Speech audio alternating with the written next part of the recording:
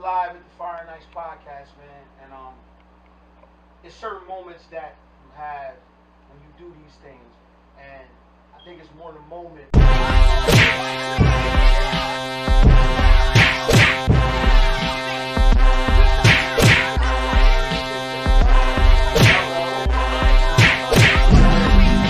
These guys came from Woods of Delaware. Where was you from? Now, who's fighting right now? Who's fighting right now? Who's fighting right now? Who's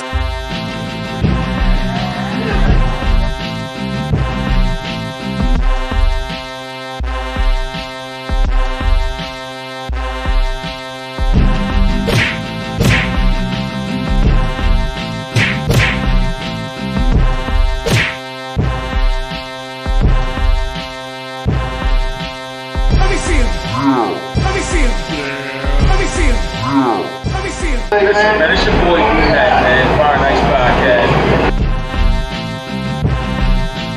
Let me see him. Let me see him.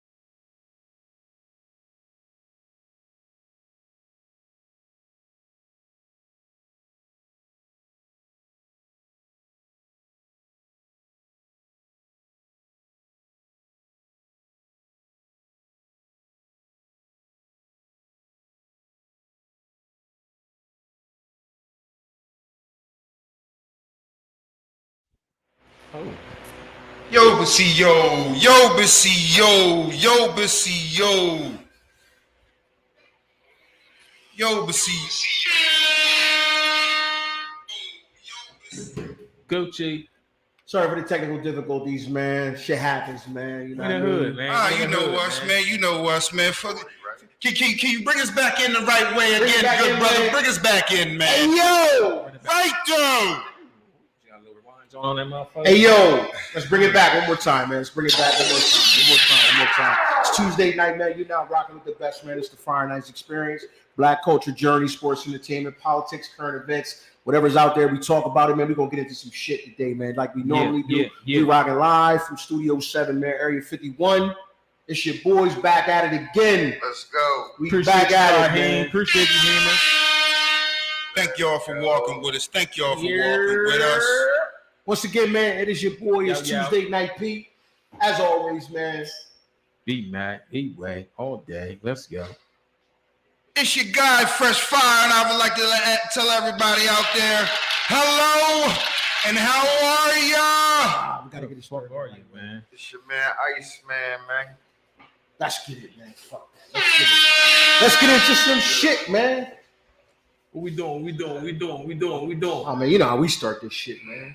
All right, well, As always, man. let's do it like we do it. As always, man. Let's get it rocking. Let's get into it, Fresh. Let's go, man.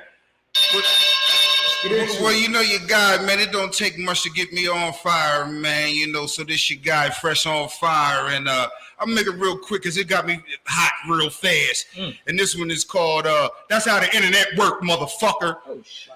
Yeah, man. Yo, hey, yo, man. I just want to tell everybody out there, man. Yo, you know how you need to make a telephone call. You need a telephone. And you need some type of motherfucking access to the internet or some type of wireless fidelity or whatever they got. Right. That's all you need is the baseline shit. You know what I'm saying? So if you of a certain age or if you have a certain internet deficiency, that's how the motherfucking internet work, motherfucker. That's how you gonna need an email and you gonna need some Wi-Fi, but that's all the fuck you gonna need for somebody to send you pictures of your grandchildren. That's all the fuck you gonna need is for somebody to send you an invite to that church motherfucking function. That's all you gonna need to see your motherfucking son's basketball game is an email address and some Wi-Fi some goddamn where. Cause that's how the internet motherfucking works. And that's what the fuck got Fresh on Fire this week.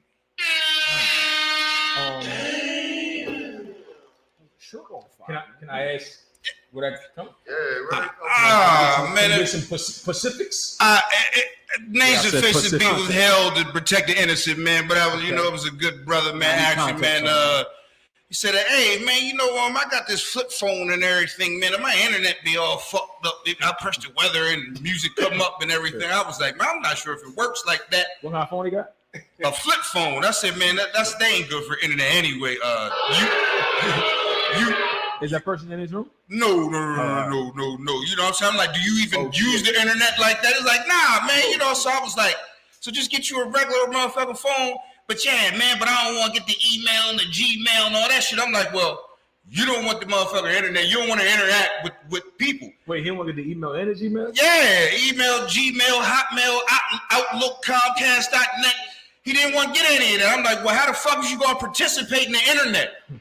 You know what I'm saying? With other people. If you want these certain things, this is how the fuck it goes. He fresh out or? Nah, he ain't fresh out. He's a gentleman of an older stature. Okay. You know what I'm saying? I'm like, man, that's how the fuck the internet works, bro. You know what I'm saying? You know that phone in your hand, somebody on the other end gonna have to have a phone and some internet connection to motherfucking receive your motherfucking call, bro. That's the baseline shit you gonna need for the internet. If you scared of anything more than that, then you not gonna participate with the rest of the billions of motherfuckers. It's just not gonna happen. Ain't gonna work for you. That's not how the motherfucking internet works. That's not how the internet works. Yeah, he was like, nah, it never worked for me. Al Gore internet. It never works for me. You know what I'm saying? Like, nah, man, you got the same fucking internet we all got. You just pressing all these motherfuckers. Yeah, you right. Yeah, you know what I'm saying? You pressing buttons over here. You got motherfucking casino slots and all this shit. Motherfucker, press the right shit and you be all right. That's how the motherfucking internet works. He gambling and shit? He don't know what the fuck he doing, but I'm like, why you fucking need a new phone if you don't know how the fucking internet work? What is the point? What's the point? You know what I'm saying? What the fuck is the point? I love him though. I love him, man. I love him like a motherfucking brother. Like you love him. Yeah, it's like, the fuck is the point? Don't love me like that. Yeah, that's cool. Don't love me like Yeah, that. nigga. Just for the record, man, I've had to have that conversation very, very, very many times, don't love man, me with like someone very, very, very, very, very close to me. They just refuse to understand that the internet is happening in their life. Damn it, Like, okay. Well, all right. Well, all right, man. Well, let's fuck it, man. Let's go, man. What's on the docket for the day, bro? What's on the docket? Where we going today, bro? Hey, y'all like Wingstop? Yeah, Wingstop good. As a matter of fact, Jumping. Shit. just add some wings. That shit jumping? Yeah. Yeah. I ain't mad at Wingstop. Yeah. Y'all heard about Rose and his Wingstop? Yeah.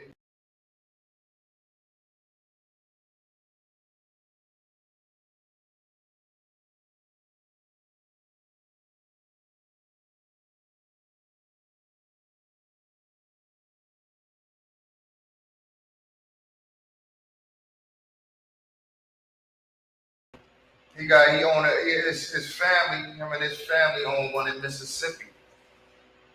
And they had people in there working under minimum wage. You know what I'm saying? Working crazy hours, juveniles and shit. Not the kids. Yeah. Damn, man. He So he in there violating child labor laws? Get man. the fuck out of here, Rosita. So that's how you got rich? That's how that happened? You know what I'm saying? That's how you got the 100-car garage? Child labor force. Yeah, man. I'm trying to tell you, that's how they stay rich. Cook this chicken, They do motherfucker. whatever they can do. Count the money. Cook this fucking chicken. I'm gonna give you $1 an hour and let your brother work in the neck back. Little kids in the Puerto Bean projects like, all right, fuck it. That's the deal, though. I guess apparently.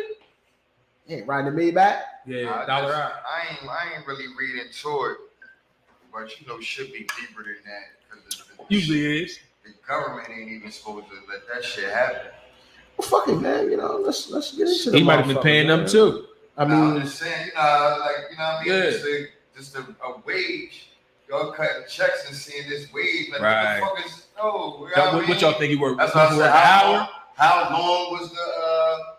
well, the feds involved, so Yeah, they you got know, involved. right. I'm saying The how long feds did is it take them? involved. That's what I'm saying. How long did it take them to get involved? Listen, when the feds involved, shit then went way left. All right, so let's Yeah, yeah, Especially by the chicken store. yeah. Multiple Okay. Wingstop locations in Mississippi run by Rick Ross and his family have been fined by the Department of Labor's Wage and Hour Division for several violations. On August 11th, the Department of Labor's Wage and Hour Division announced that it collected $114,427 in back wages, liquidated damages, as well as civil penalties from 5 Wingstop locations in the state operated by Boss Wing Enterprises. Boss wing. XXL learned on Tuesday $51,674 in back wages and liquidated damages for 244 workers were recovered, as well as assessment of $62,753 in civil money How penalties. much? Yeah, I was going to say, repeat that again. How much? $114,427 in back wages, liquidated damages, and civil penalties, and $51,674 in back wages and liquidated damages for 244 workers were recovered, as well as an assessment of $62,000 in civil money Workers penalties. only got 50,000. Yeah, it's like they So got their jerk. minimum wage must be real low in Mississippi. Like That's for 200 $4. That's a lot of 200 motherfucking people. Yeah, spending 50,000 off the minimum wage joint. Damn, The it, Well, it's man. funny you would say that. The minimum wage probably like 9.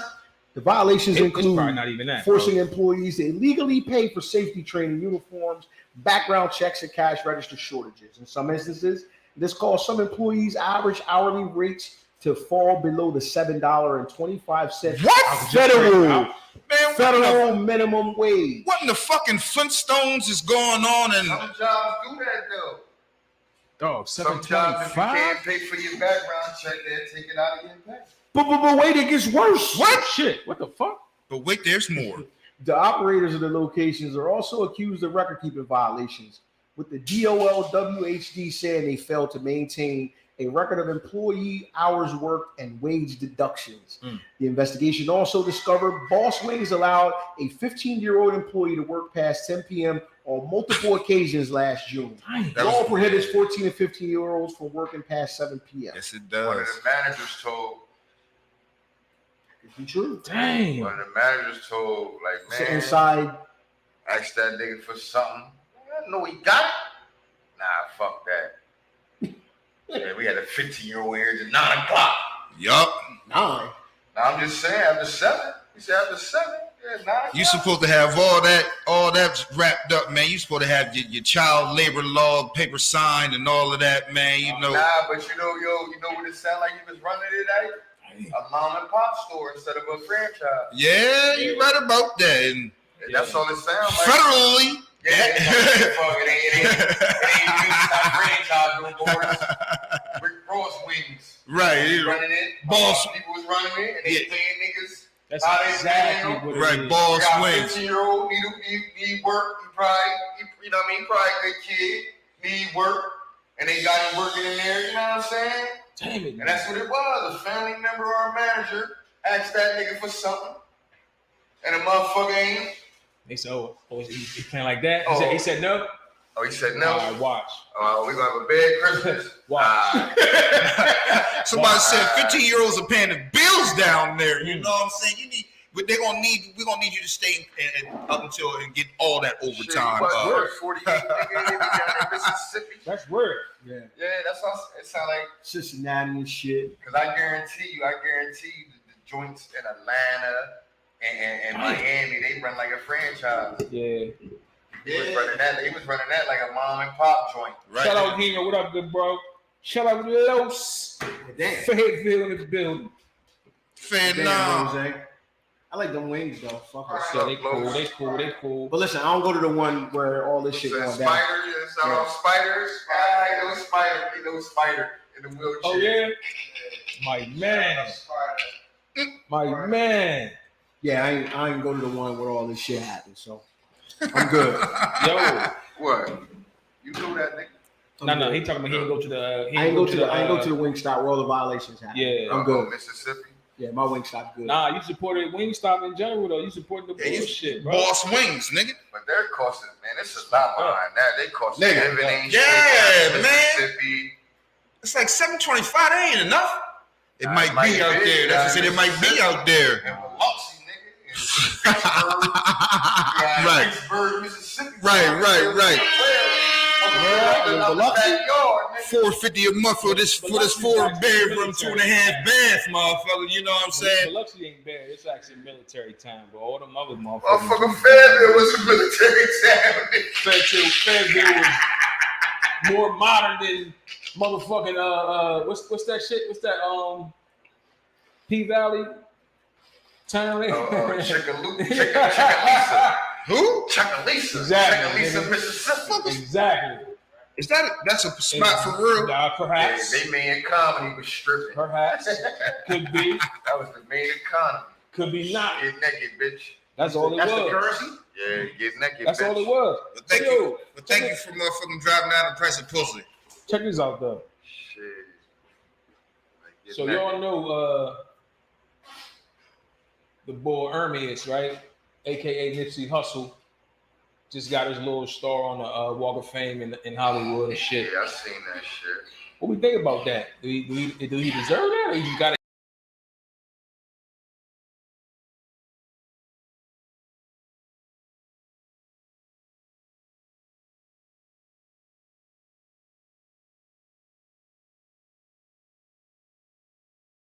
Going by that, if you going by that, he deserves a star. But if you going by his, So you get a star if you got a funeral at the Staples Center.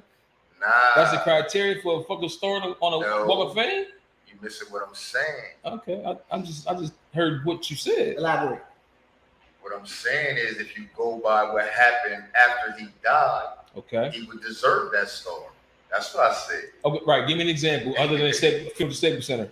Just the outpour of his music was so hot, everybody listened to it, but he wasn't. You know what I'm Did saying? everybody listen to it after he? No. So after he died, or they was No, what already I'm listening to saying it? is no.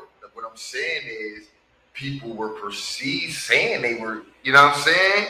He was the man before he died. That's why Okay. everything was like it was. You know what I'm saying? That's what they say.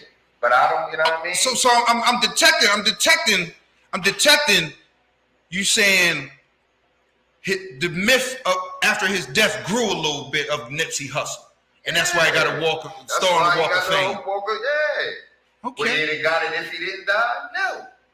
No. That's a great motherfucking question. I mean, No. that's He probably would have eventually got one, but not this soon though. but he wouldn't have got it. I don't know, man.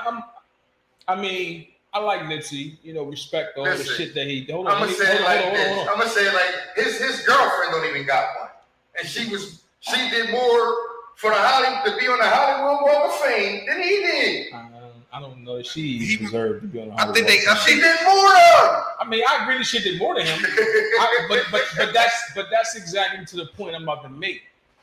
That, in my humble opinion, he doesn't deserve, and it's, you know, this is with all due respect. He doesn't deserve a star on the Walk of Fame. Now, personally, I don't know what the criteria You is. can buy them. I don't know what the criteria You can buy it. is. You can buy a star on the Walk of Fame. Yeah, you can buy them. I have Oh, no idea shit. how you get there. I don't know.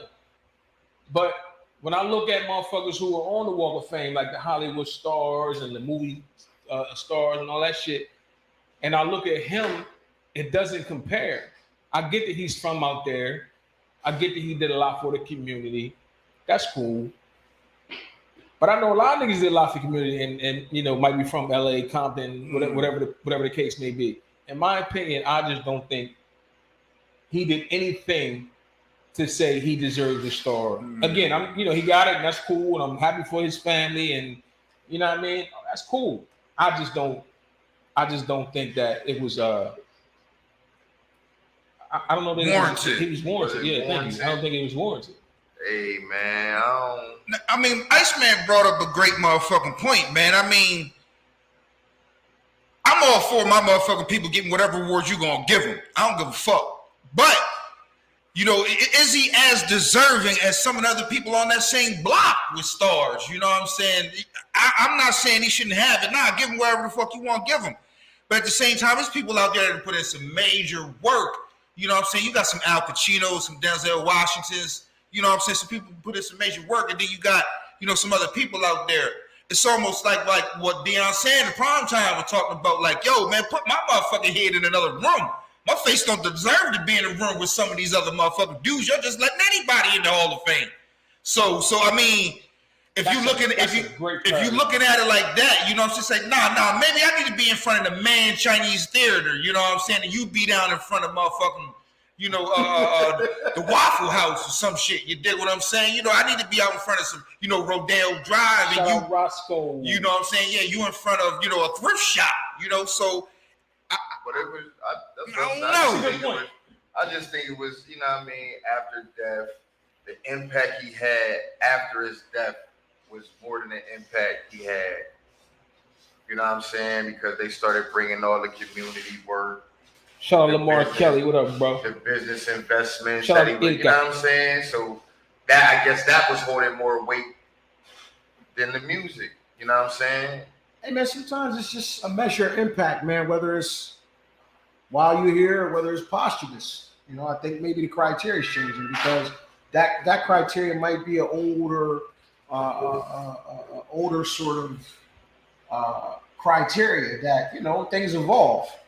You know what I'm saying? So maybe that might be why, you know, you may see. Well, let me finish. You also can't pay for those shits. Well, even if you can pay for them, that also might fucking explain, you know, the tail off and, you know, some of the quality of individuals getting let in, and that's across the board. Across the board, because you hear rumblings about. But you can't really complain about the quality if they letting this nigga in. Everybody more deserving than him. When it's your time, it's your time. Though. Well, if we going by what you did, and but we don't know what the criteria is, so we can't even say if we going. We just, I think that criteria has changed. It's just if it's your time, it's your time, and what the groundswell say, what the public said. That's kind of what it seems. I definitely think they moved the goalposts for him. For criteria, you have to be involved in the industry. Well, I mean, that's it seemed like it was that way. You know what I'm saying? It seemed like it was that way. And because I wouldn't get in because I'm not in the music industry, so we know that. And I would think you would have to be substantially relevant in that area. Because if we talking like that, everybody is relevant. Music, he got relevant after his death. I wouldn't agree with that. I wouldn't agree he got relevant. He got super popular after his death, but he was definitely relevant. He was on the come up. He was one of them guys on the come up. That's what I thought. He was on the come up. We got a Facebook user made a great point. It's like MC Hammer should have one. Everybody, Vanilla Ice, Soulja Boy, Ray J, they all was more pop. They all did more than Nipsey Hussle in their profession. So you gotta ask yourself, why they not in? Yeah. Because they're not dead yet. Maybe they're waiting. So he got died again? No, That he's can't be dead. it. So That's check what I this said. out. If Check he this out. didn't die, would he have ever got in? Would he Probably ever have not. been mentioned? Probably not. Check this out. Anyone, including fans, can nominate anyone in an active field of entertainment as long as the nominee or their management approves the nomination. Well, there you go. Nominees must have a minimum of 5 years experience in that category for which they are nominated and a history of charitable contributions. Okay. Well, there you So he go. qualifies. There you go. You know what? So the answer to your But to question, your point, all of them a niggas. lot of other motherfuckers do too. Well, You know but what you said was there is a vote, right? No, it's not. There's a You just got Nomination. So it right. has to be a specific number of nominations. Hey, Stoney Jackson. So them Get your motherfuckers, peoples on you the can say what phone. you want to say, but Vanilla Ice, Ray J, all them other motherfuckers don't have enough motherfuckers that give a fuck about getting them in. Michael from Good Times. Get your people on the phone. You know what I'm saying? Die, motherfuckers would. Maybe. Yeah, We you don't know what that. I'm We don't saying? know yet, There's though. some people Maybe. out Michael. there. Michael? Michael from Good Times. Maybe. Eddie Winslow. Maybe. You know what I'm saying? Eddie Winslow Get ain't your- getting in, bro. Get your look by the criteria you just said. Right? He did 8 seasons on Family Matters. That was Maybe. What charitable contributions he did? I'm pretty sure he gave up something. You know what I'm saying? But I'm saying like, yo, Even though I say don't Eddie give a Winslow, shit. get your people on that, As man. You long get as you I'm a alive, star. Eddie Winslow ain't getting no star. You can get you a star, man. Well, even though I say don't make nothing. You Maybe get you a Ray J star, don't man. make nothing. If Eddie Winslow get a star, I'm boycotting, nigga. Eddie Winslow more famous than Nipsey Wrong. Hussle. Wrong. I disagree. Cole Brown I disagree. from Martin. Get your people on the phone, I baby. disagree with that. Get your Cole people Brown? Cole Brown. Cockroach. Get your people on the phone, man. Contribution. Cockroach. Copper might get one. You know what I'm saying? Get your Eddie Winslow was in everybody's house. Yeah. White people know. Yeah, Eddie Winslow. Eddie It Winslow. wasn't no white folk crib. No white folk don't know Nip Hussle. They know Eddie Winslow. They know Urkel's best friend. They know Urkel and his boy. Fuck that nigga. Anyways, let's Shit. be real. Michael from Good Times, get your people on the phone. Ain't Get nigga- you a star. Talking about Myra to this day. Yes, they do. Yes, they do. Talking about who? Myra. His girlfriend. Right. His girlfriend. Right. Mhm. Yeah, whatever. But they'll talk about. But they'll talk about Eddie Winslow. That's my point. Eddie I ain't never heard nobody say, yo. yo, I wish I see Eddie Winslow in the movie. And the one movie I seen, the one movie I seen I him don't in, say that about nobody. The one movie I seen him in- I wish I see nobody in the movie. he was trash. I don't wish I see nobody in the movie, so I don't expect you to say that about nobody. I don't Eddie expect you to say, I Eddie wish I- Winslow ain't getting it. If he I get in, wish I see a movie. Hey, made out. He went and got Razcast. shot in hell. Hey, Razcast, call your manager and tell him to get the Walk of Razzcast Fame ain't getting people. that, man. Get your people on the phone, man. Razcast. Razzcast ain't getting that. Man, Razcast went platinum. Nipsey Hussle ain't never go platinum. if Eddie get in, Razzcast better find somebody to shoot him. if Eddie get in, I got a problem. Man, I don't give a fuck. Razzcast ain't getting in. I don't give a fuck. None of them niggas getting in. Niggas ain't getting in, man. So check this out, right? They did a Yale study, right? And what's up, bro? The way they set the study up was they sat down 4 kids at a table, right? And they took some teachers behind the scenes, white teachers, black teachers, etc., right? They set up the table they set up with the kids was white kid, black kid, I think a Spanish kid, and other or whatever, right?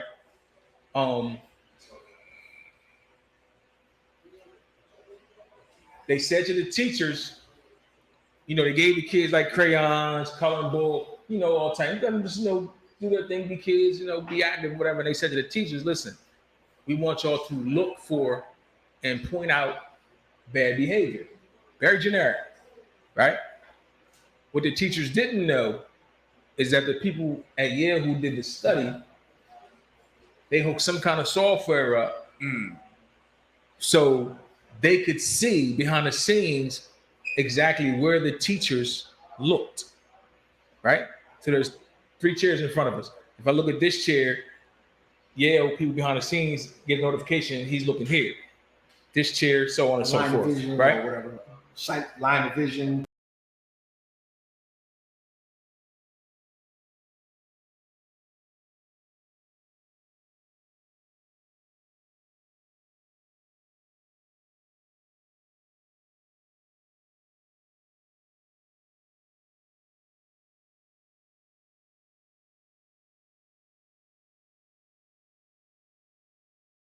every single teacher, white teacher, black teacher, other, they all stared at the blackboard. And to me, it's in anticipation of, oh, I gotta look for somebody that's gonna fuck up. All right, I'm gonna go ahead and look at it because it's about to be him. You know what I'm saying? That's what I took from that. That's what I took from that. But what happened? I missed the beginning. My fault for backtracking. So there was a Yale study. Yeah. Right? They got a bunch of teachers. You know.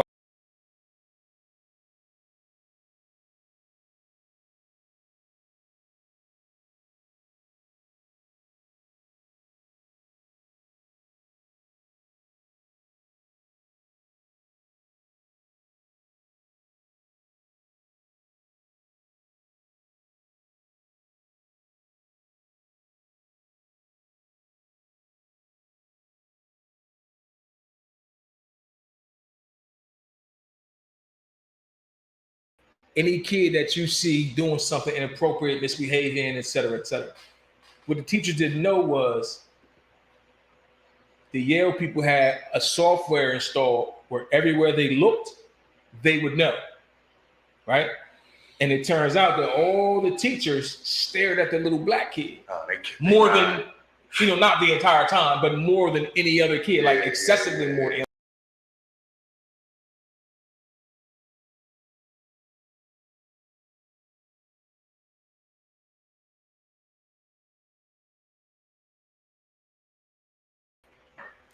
What y'all think about that, man? Is that very telling?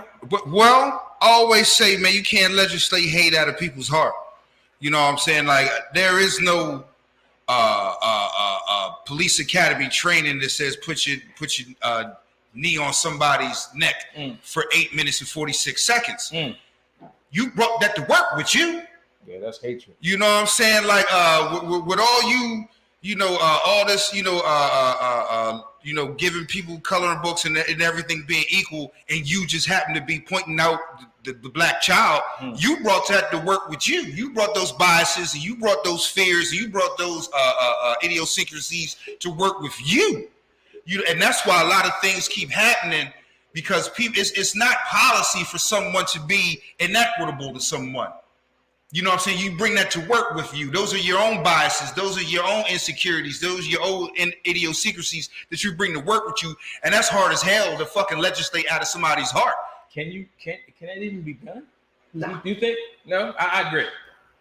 I don't think what got me fucked up about the whole story, though, is that you was like, it was all different teachers. Yeah. So it was a black teacher there, too. Yep. Who kept her eye on a black kid. Yes, sir. Mm-hmm. Yes, sir. Damn. That's what I'm like. Damn. Like, yeah. So what was you thinking? Like, and as y'all alluded to before I made that comment, that it was, you can't teach that, but y'all was talking about from a white person. This is a black person. Who's to say that they don't also have the same idiosyncrasies and the same biases? They've seen and heard and experienced the same thing that some of these other ethnicities have experienced, and they may be just as scared, and they may be just as biased, and they may be just as racially inept as someone else. So, them looking at black kids, yeah, they just as culpable, and they're just as unaware, and they're just as probably as scared as the other teachers. That's weird. Damn. I mean, I think that speaks. My fault. Go ahead, bro. Oh, go ahead, man. That speaks volumes, man. Like, to have the software set up, everybody just seems to be fixated on the black kid, man. It's like, I don't know, man. It's like, how do you prosper under those sorts of conditions when that's just a small sample size? And even black people are taught to hate other black people. This is true. We get shown the same images, the same experiences as other ethnicities are shown. We may not, us in here on the panel, we may not see it the same way because we're in it, but some other black people may see it just like other ethnicities see it. You know, but they do get shown the same thing for the same perspective. So who's to say that they won't also take the same perspective as these other scared and ignorant teachers? I guess we don't have the power to oppress. We don't have the power to oppress ourselves. That's the difference. They have kind of like the power and the reach to, you know, for that racism and that those biases to really, really effectuate, you know, affecting individuals. Whereas we may not have that same power to effectuate that.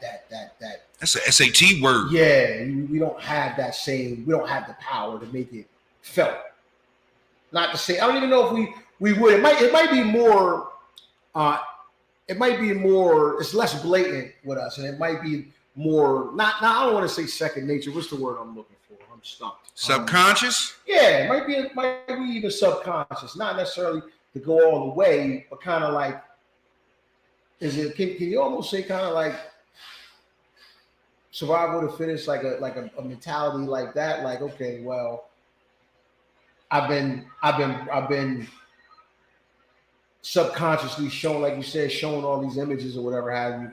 There's a part of me that does do that. It goes there sometimes. Well, I put it to you like this. There's a popular show, you know what I'm saying, popular series, popular catalog called Power. Now, some people could look at the Power catalog and say, yes, I identify with 100% of this experience. And then some people could look at this and say, oh, that's how some people came up. That's what happened. Oh my God, bless their hearts. And they could too be black. You know what I'm saying? They see the same things, but maybe, you know, just for one, they don't have any reference point to say, oh yeah, that's my man in them. That's me. That's my uncles. That's my sister's moms. They're like, nah, maybe I didn't come from that experience. I don't have that reference point to go back to. That may be horrible. Yeah, I'm scared watching this. If you don't necessarily come from that type of environment, you may be scared by, you know, that's true. You may be like, whoa, that's going on? Yeah, every day. Wow, how did you guys make it through? Some of us don't. So can we blame white people if they think the same? Nah, I'm not blaming white people. No. Well, hold on. You said, can we blame white people if they think this? Well, I think that you started off by saying that we are being fed the imagery. Who's feeding the imagery? So it's not that they think the same. They're actually feeding the imagery and to start that machine. And they're a little bit more detached from the whole imagery than we are. We are a part of the imagery that's being placed out there, and people say, oh man, that's hideous, that's heinous, that's this and that's that. But like I said, a lot of times we come from that. We're comfortable moving in that, you know. So with that being said, we don't look at something like a Power and be like, oh man, that's crazy. We look at that as, yeah, I know people like that. That was me. As opposed to some people, like I said, they don't know anybody like that, and they've been fed all this imagery, and all they know is, yeah, that shit's true. They're like, oh, those guys are really monsters. So I don't know if it's a. Can we blame them for thinking the same? They're orchestrating the narrative. Yeah, you know what I mean. They're orchestrating the narrative. So it's not like we can say we can. Can we blame them for thinking the same? They're orchestrating. They're engineers of the they narrative. Want people to think this. Like if you look at a newscast. What I'm saying is, just like you said, it's black people that don't know nothing, and when they see Power, it's also white people out there that have nothing to do with the people that's orchestrating it. Mm-hmm. They might not know nothing, and they'll see the same image that same black person sees, and think that's how black people are. And then when they go out, something might happen. That's exactly what I'm saying. That's exactly what I'm saying. If you, like I said, because other ethnicities don't really have. If you ain't been treated like that, or if you ain't seen your people do what these people have done, even though they've done it, it's just not shown. You know what I'm saying? They're like, oh, those guys are murderers. Those guys are rapists. Those guys are this and that. So they deserve everything they get. So you go out the house with those biases when you even know no black people and you haven't experienced this, but you've been drilled with this all your life. Now, anybody do anything, oh yeah, they did it. They pointing. That's where all these Karens come from. Oh, you hate to do it. What the fuck? I can't watch birds. You the one with your dog trampling in the no motherfucking dog zone. You feel what I'm saying? This is real shit. But you over here because you going on your biases like, oh, black people ain't supposed to be over here because they're rapists and murderers and they're going to assault me because this is what I've been drilled in my whole life. And if you just knew some black people, you just know that wasn't the truth. But since you don't choose to open up, and then say what it is. That's the perspective you going to carry through life. Shout out to Lamar Kelly. Lamar said, Definitely feel that. it's a shame because it's a class war. And that's so true, man. Like, it's sad even when little black boys who turn into black men are discriminated against in the streets. It's sad because most of the times we ain't doing shit, we just chilling. But when it's in the classroom, all these that is a shame. That is a shame, Mark. They all trying to learn, the same like as the white kid or the Latina kid next to him. So you're right. Mars fucked up, bro. That's real shit. Yeah, that's fucked up. Is there a place where it's equal ground, equal footing, and the perception is equal amongst all of the kids? And I'm gonna say no. I think it depends on the individual. Because I've had teachers who may not have been from the hood and may not have been through what I've been through, but they've been around enough people like myself, and they've been able to kind of feel where they're coming from. Man. And kind of empathize. Not that we want motherfuckers feeling sorry for us. If you black, but hold on, Mo. But they empathize with us, and they can see with their own eyes that these kids is getting treated different. I don't understand why. They're just as smart as the kid next to them. So it depends on who the individual is. Man, if you black and you a teacher, you should already know the history. You should know it. That don't mean that you wouldn't be scared of it. That don't mean that you wouldn't know how to approach it when you in it. Scared of it, but what I'm saying is a teacher just going to get back to for trying to justify like a motherfucker, a black person not growing up. If you a fucking teacher, like he said, you didn't have probably multiple kids through your career who weren't from, and then history tells you, like you know about Martin Luther King, you know about that if you're a teacher, you know about this stuff. So it's no way when you get to start teaching, you forget about the black struggle. And that's exactly what I said. I said they don't teach you that in the teacher's manual. They don't teach point out the black kids. You come into your occupation with those biases. You come in with those idiosyncrasies, with those prejudices. You come into it with that. You either have it or you don't. They don't necessarily teach that part. That's what I'm saying. Like you said, like they know the struggle and they know the history, but every black person doesn't necessarily see everything the same way, even if they know it, because they don't have those reference points, or maybe they don't have those reference points and they do know the history, but they're like, I'm still scared. Even with being taught that and knowing about Martin Luther King, then that's just a bias. Who's that's necessarily the history. history. Was being... Even with that can't make you give a fuck. Right. Except if you don't give a fuck, you don't give a fuck. Yeah, I've been around black people. I'm a teacher. I know the struggle. I just don't care. It has to be that individual who actually gives a fuck, or individuals who actually give a fuck. But it's too many who don't give a fuck. And Lamar Kelly made a great fucking point. He said, I wonder where they would look if they said one of them was going to shoot the school up. Oh, man, please. If the assignment was, look at the kids at the table and tell me which one, or just point out which one you think going to shoot the school up. I wonder if they still would have been staring at the little black boy, or if they'd have kept it real, because we all know more than likely it's going to be a little white boy that's going to shoot. Yeah, I'm looking at Connor. All day long.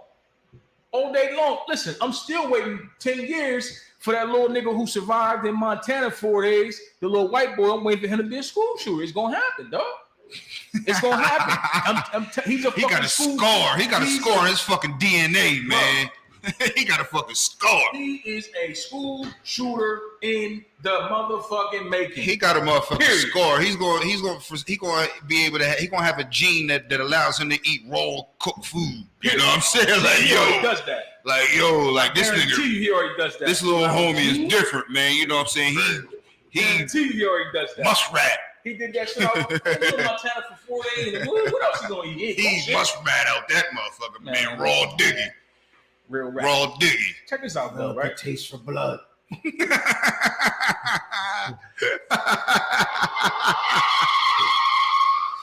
So we all know who Tevin Campbell is, right? Can we talk Right, hit that, for a minute? Yo, you should heard me here thrashing these niggas out. He was in here singing? Battling. That nigga. I Yeah, thought. them niggas. Oh, I thought you were singing. I was just, oh shit. Them niggas That was garbage, nigga. So listen, Tevin Campbell, right?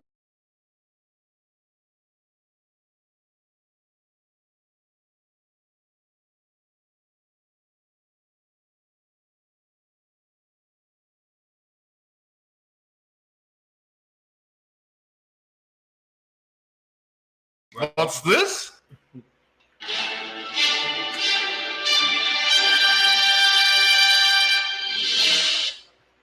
Now I want y'all to.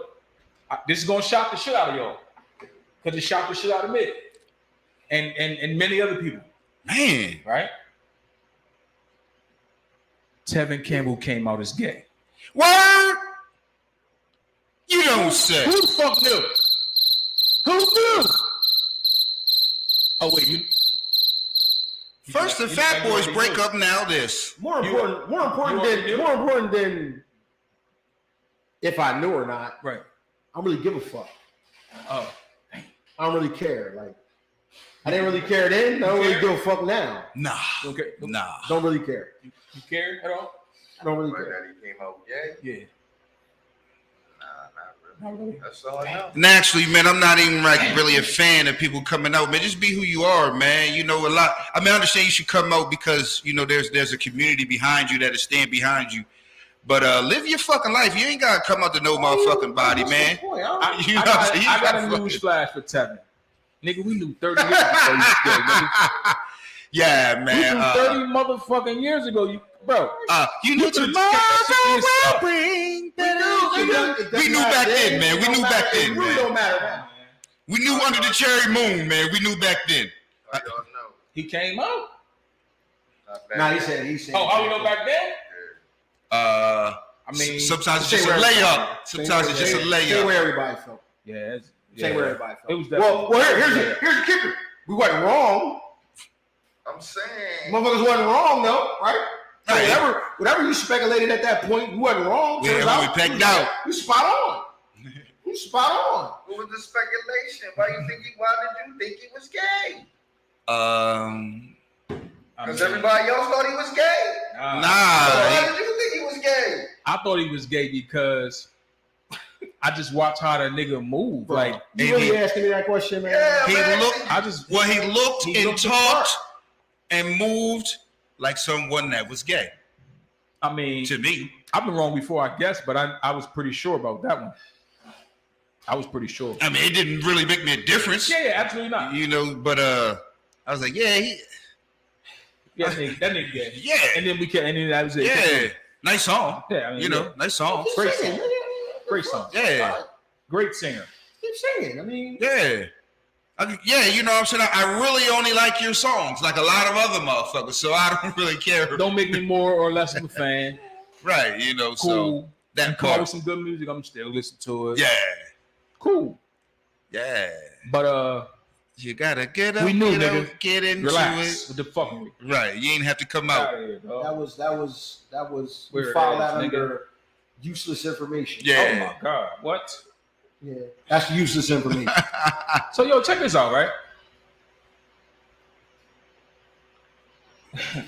So a student in Utah, a student athlete in Utah. Now, this is gonna sound very generic, the story is because they didn't specify the sport. I'm assuming it's high school, but they didn't specify that. They kept it real general, I guess, as to not point fingers. You know, as Fresh always says, names and face will be withheld to protect the innocent, right? So they kept the story real vague. But what they said was a Utah student athlete completely outclassed her opponents in this event. And because of that,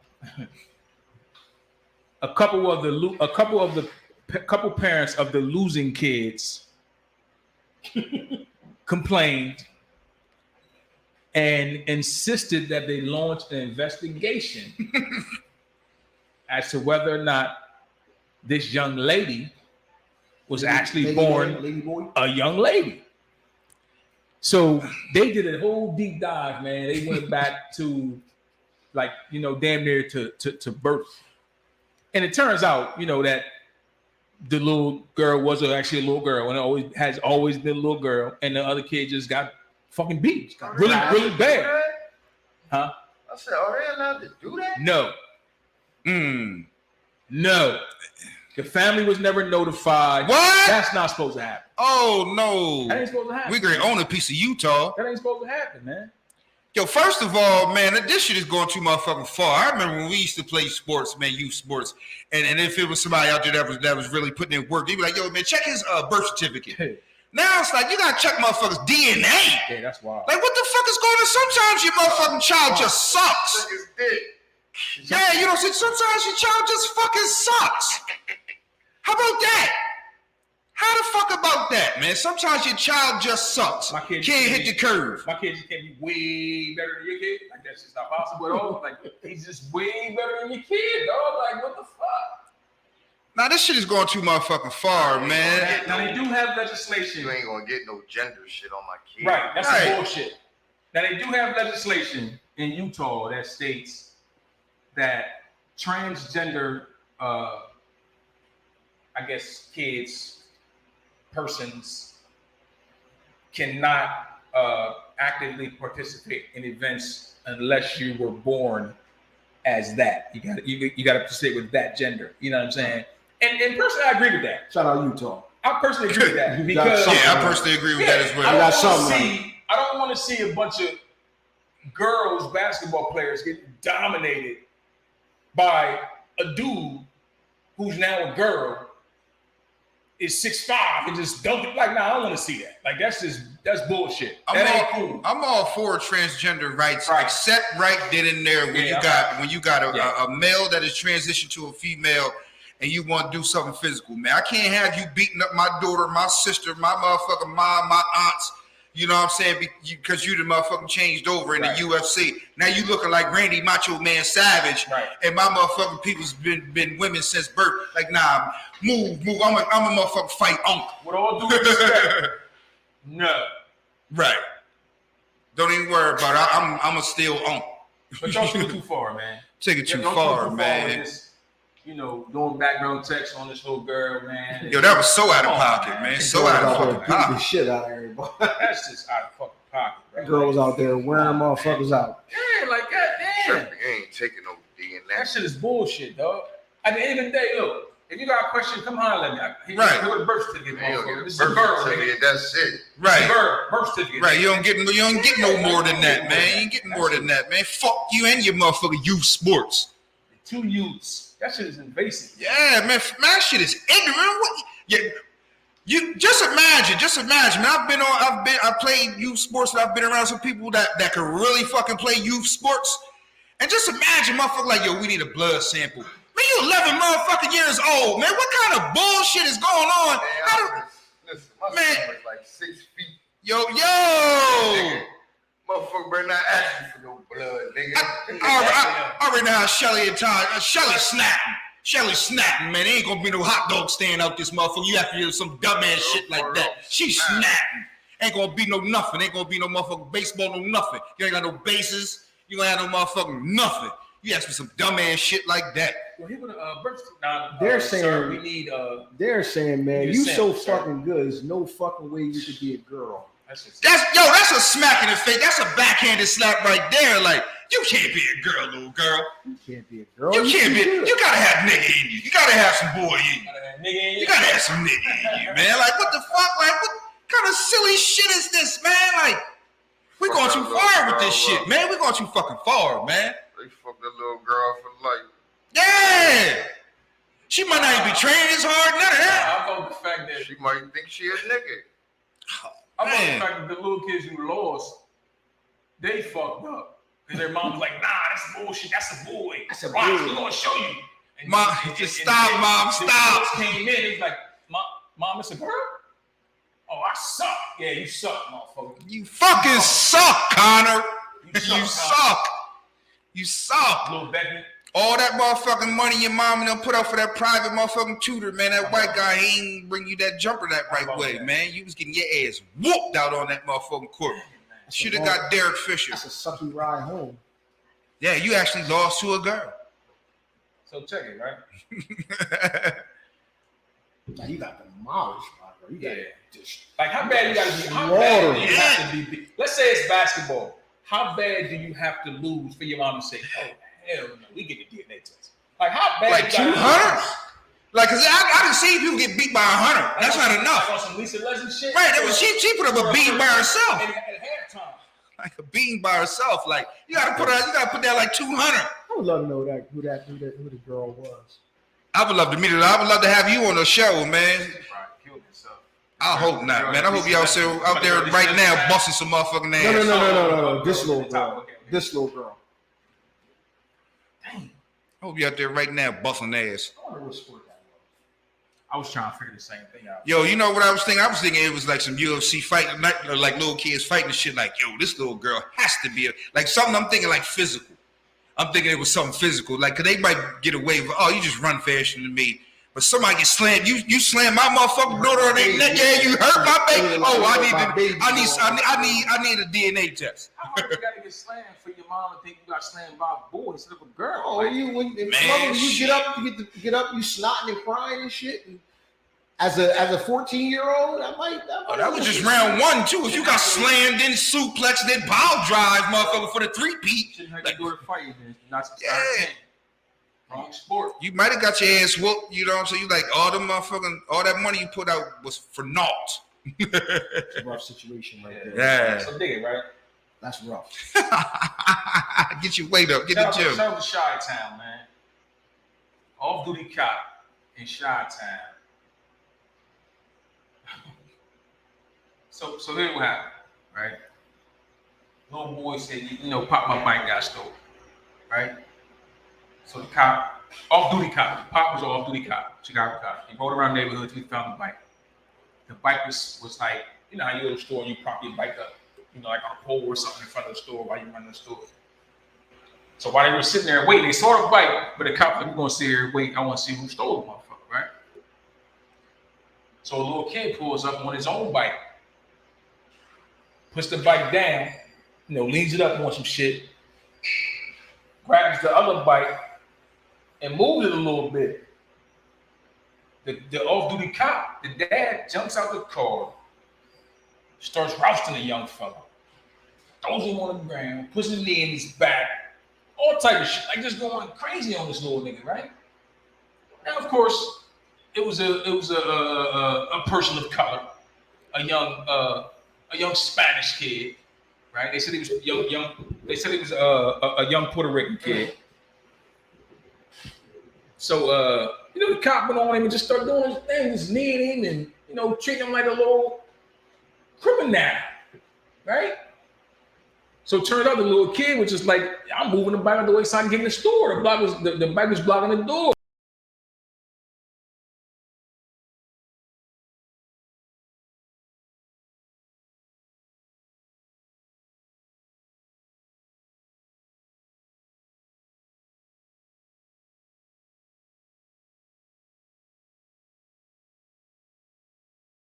That was during the pandemic. No, it was during the pandemic, right? Or before the pandemic? Yeah, that seemed like I that don't was remember for real. But nonetheless, like even after George Floyd, these cops are still out of control, dog. Like what the fuck is it gonna take for y'all to you got a knee in this kid's back, bro? good brother. On some bullshit though. Let the record reflect what I said earlier. A child. They don't teach that in the police academy.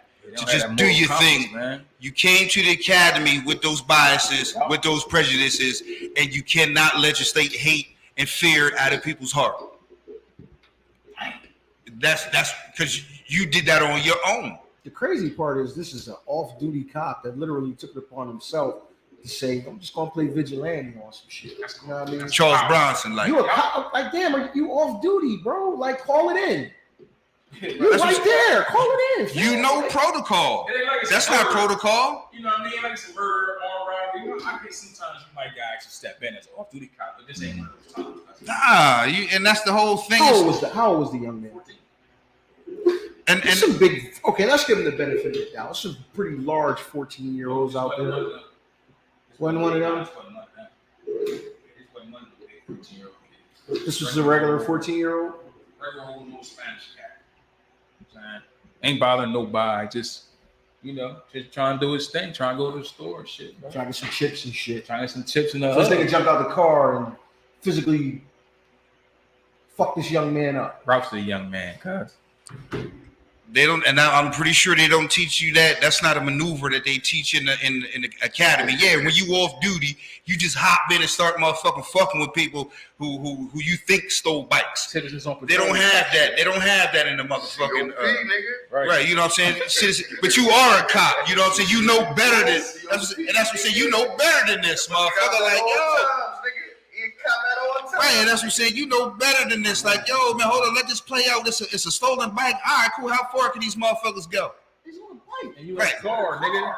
Yeah. Follow me, nigga. That's serious. The least you can do is call it in. Is undercover, nigga. Yeah. Stakeout. Stakeout. Sticking out the bike. Stakeout. I This, said, watch my dub. yeah, this mongoose motherfucker. Watch my Asshole, duds. He had his cat eye on. He had his cat eye. Assholes, man. Looking for clues. Shout out Martin, man. Damn it, man. Yo, man, when the fuck they gonna stop fucking with I'm us from black Texas, people, kid. man? When they gonna stop fucking with us though, man? Where that In, happened at? New York? in the shine, man. Downtown, man. Yeah. Them little niggas have having sticks. Them niggas probably have hold on the bike. Come through on it. That 20 speed, nigga. With the pole, nigga. What you mean? Damn, man. That's But what is terrible. so you know why we on that, right? Damn, where the fuck was this at? It's like the 8th story like that we told, man. Now listen, there's another one. The cops beat up some dude, man, and these young ladies was in the car and they recorded it. If you're out there watching and you know the story where the cops beat up like 3 or 4 cops fucking this dude up on the ground in front of the car. I just can't remember what city it was in. I want to say Portland for some reason, but I'm not 100% sure. On video, like my thing is this: as a cop, you gotta know somebody always got a camera, yo. I don't think they care. That's exactly where I was going with They that. didn't give a fuck. It's enough precedent now for them Don't to give say, a fuck. man, fuck these cameras. Slap on the wrist. I'm cool. I Man, gotta. fuck these pay. This is even if it's non-paid, it's not gonna get paid anyway on the back end. Oh, you don't. Oh, You know what I'm saying? they're on pay leave right now. Yeah. It's funny you said that. Yeah, That's- man, it's vacation. they're on vacation right now. You be off these streets any fucking way. Those are type of people those are type of people, man, who think every crime is almost committed by black people. If they're running across the street, if they were just jaywalking, they ran across the street and punched somebody. You feel what I'm saying? If they stole, $5 worth out of a store, they stole a motherfucking a fleet of Rolls Royces. Those are the people, because that's the only way you can explain people jumping off like that out of their, I didn't say out of their character, but Everything out of punishable by force and shit. right, you know what I'm saying? Like, what the fuck is you thinking in your motherfucking head to make you do this shit? Even if this is the color or this person have on the same shirt as someone made you mad, it ain't them. What the fuck this motherfucking person did to you to make you jump on them and jump on them and jump on them? Excessive force. Right. You know what I'm Not just saying? force, excessive. This is just this person right here, right now, with the circumstances. You feel what I'm saying? You got the look. This is what's going to happen. It wasn't necessarily anything that was that was privy to this person. It was like, nah, you the look, you fit the description, I'm busting your ass. It just be on some we gonna fuck So you what up. I'm and shit. saying is, they just looked at George Floyd like an anomaly. Yeah, All them cops getting all the time they got, they just like, hey, fuck it, that just happened there. It ain't gonna happen here. yeah. I think most of them cops is like, if anything, they're just probably like, all right, somebody got convicted there. One of us got convicted there. That means we good for another 10, 15 years. Because it don't happen like that. That's the first time I ever, and I could be wrong, that's the first time I ever remember a cop being charged, convicted, and given jail time. You know, even in the Oscar Grant joint back in the day where the subway cop shot the bull, he got like 11 months probation. It was cops. It was because during the George Floyd shit, they, you know, I mean, they mentioned that it has been cops that have been prosecuted and charged, but it just wasn't big because it wasn't no riots or nothing. You know what I mean? Yeah, some shit that we hear about. Yeah, cops been locked. You know what I mean? Some of them. You know what I mean? Some of them, but we know it go on more than what they didn't caught. But that's what I'm just saying. So that's how y'all feel the cops just look at the George Floyd shit like an anomaly. I look at it like, you ever been scared? You ever been scared? I mean, like really scared. The time you was really scared, it made you forget about all the motherfucking rules and regulations. Nah, I don't think these cops are always as scared as they saying, bro. I think that's just part of the game. You gotta say, if you say I fear for my life. Well, I put it like being afraid isn't all of it. It's fear, and also that fear turns into anger and hate. You feel what I'm saying? Like, I fear you, but instead of me fearing you, I'm going to hate you. You know what I'm saying? So I'm not going to be scared of you. I'm going to hate you, even though you didn't do anything to me to make you hate you or to make you scared of me. But these, like we said, these images and all these type of things, I fear you, and this fear is now turning into hate and anger. So when I jump off into you like this, I'm jumping off into you with fear. It was started with fear, but I hate you because I fear you. Right. I hate you because I fear you. I don't really know why I fear you. You ain't did shit to me, but all these images tell me I should fucking hate you. And all the shit that they tell me, I should fucking hate you. So when we run into this situation, I'm going to hate you off for shit that you ain't did to me, over circumstances that ain't happened. And you're going to get some shit that you don't deserve. Yeah, shit is fucked up, bro. Very fucked up. System is fucked up, man. Calling all cars. It ain't going to change. Melvin Derrick, come on. It ain't going to never change. Yeah, I agree, man. One thing I do know, no matter who you are, power changes everybody. You ain't never lied. They said that's fair. Power changes everybody, whether it be right, whether it be for good or bad. Absolute power. Change. That's fair. Corrupts absolutely. Absolute power corrupts absolutely. Yes, it does. And you the top dogs. You like that's why it's never going to change. What the fuck I want to do. You know what I mean? Especially when there's legislation that's going to fight. It's got my back. Yeah, that's why it's never going to change. Quantified immunity, you know what I'm saying, and all that kind of shit. Like, I'll fudge the lines. Yeah, so well, like you said, a couple months administrative leave, paid leave. I'm okay with that. It's not just power, it's status. I said it's not just power, it's status. Oh yeah. That's a status shit, being a cop. Oh yeah. I think they go hand in hand though. You know what I mean? I think that power and status. I mean, I'm not saying wrong. I'm agreeing with you, but I just say that I just think they go hand in hand. You can have status without power. You could be a person that just got like. You can be a figurehead. Yeah, to be regardless of status. Motherfuckers looked at you as in, you know what I'm saying, a doctor. You know what I'm saying, but you just not. You might not be powerful. You know what I mean? Motherfuckers not. It's just you know what I mean. Yeah, doctor. That's, you know what I mean. Right. That's good status in the community. But you ain't powerful. Right, you might didn't use your powers for good, but you might have used them for evil. Not evil. So your power be fucked up in a different way, you know. Damn, yo, that's crazy, man. That is very crazy. Yeah. So that's what happens, man. I'm in the car, man. I don't think I'm gonna get in the car. Like that's what happens. kind of like the card, man. It's Nah. kind of dope. So check this out, man. Young lady. She wants you to, she wasn't feeling good. She was having like stomach pains, diarrhea, and all type of issues. You know what I'm saying? So she went to the doctor. Hey, you good? You time of the month, you just having pains. You all right? So she go home and she's still fucked up. She's sick. She almost passing out. She got blood in her stool, and she go back. You cool, man. You probably got like irritable bowel syndrome or something, but you Fart a couple times, you be all right. Yeah. You go home, man. You know what I'm saying? You cool. You good. You don't even worry about it, man. It's all good. She lost weight. Getting crazy pain. This is over a year, man. When she going to the doctor, she getting more sickly. And eventually, she went in and somebody did a what do you call it? They took some of her fecal matter and ran tests on her fecal matter.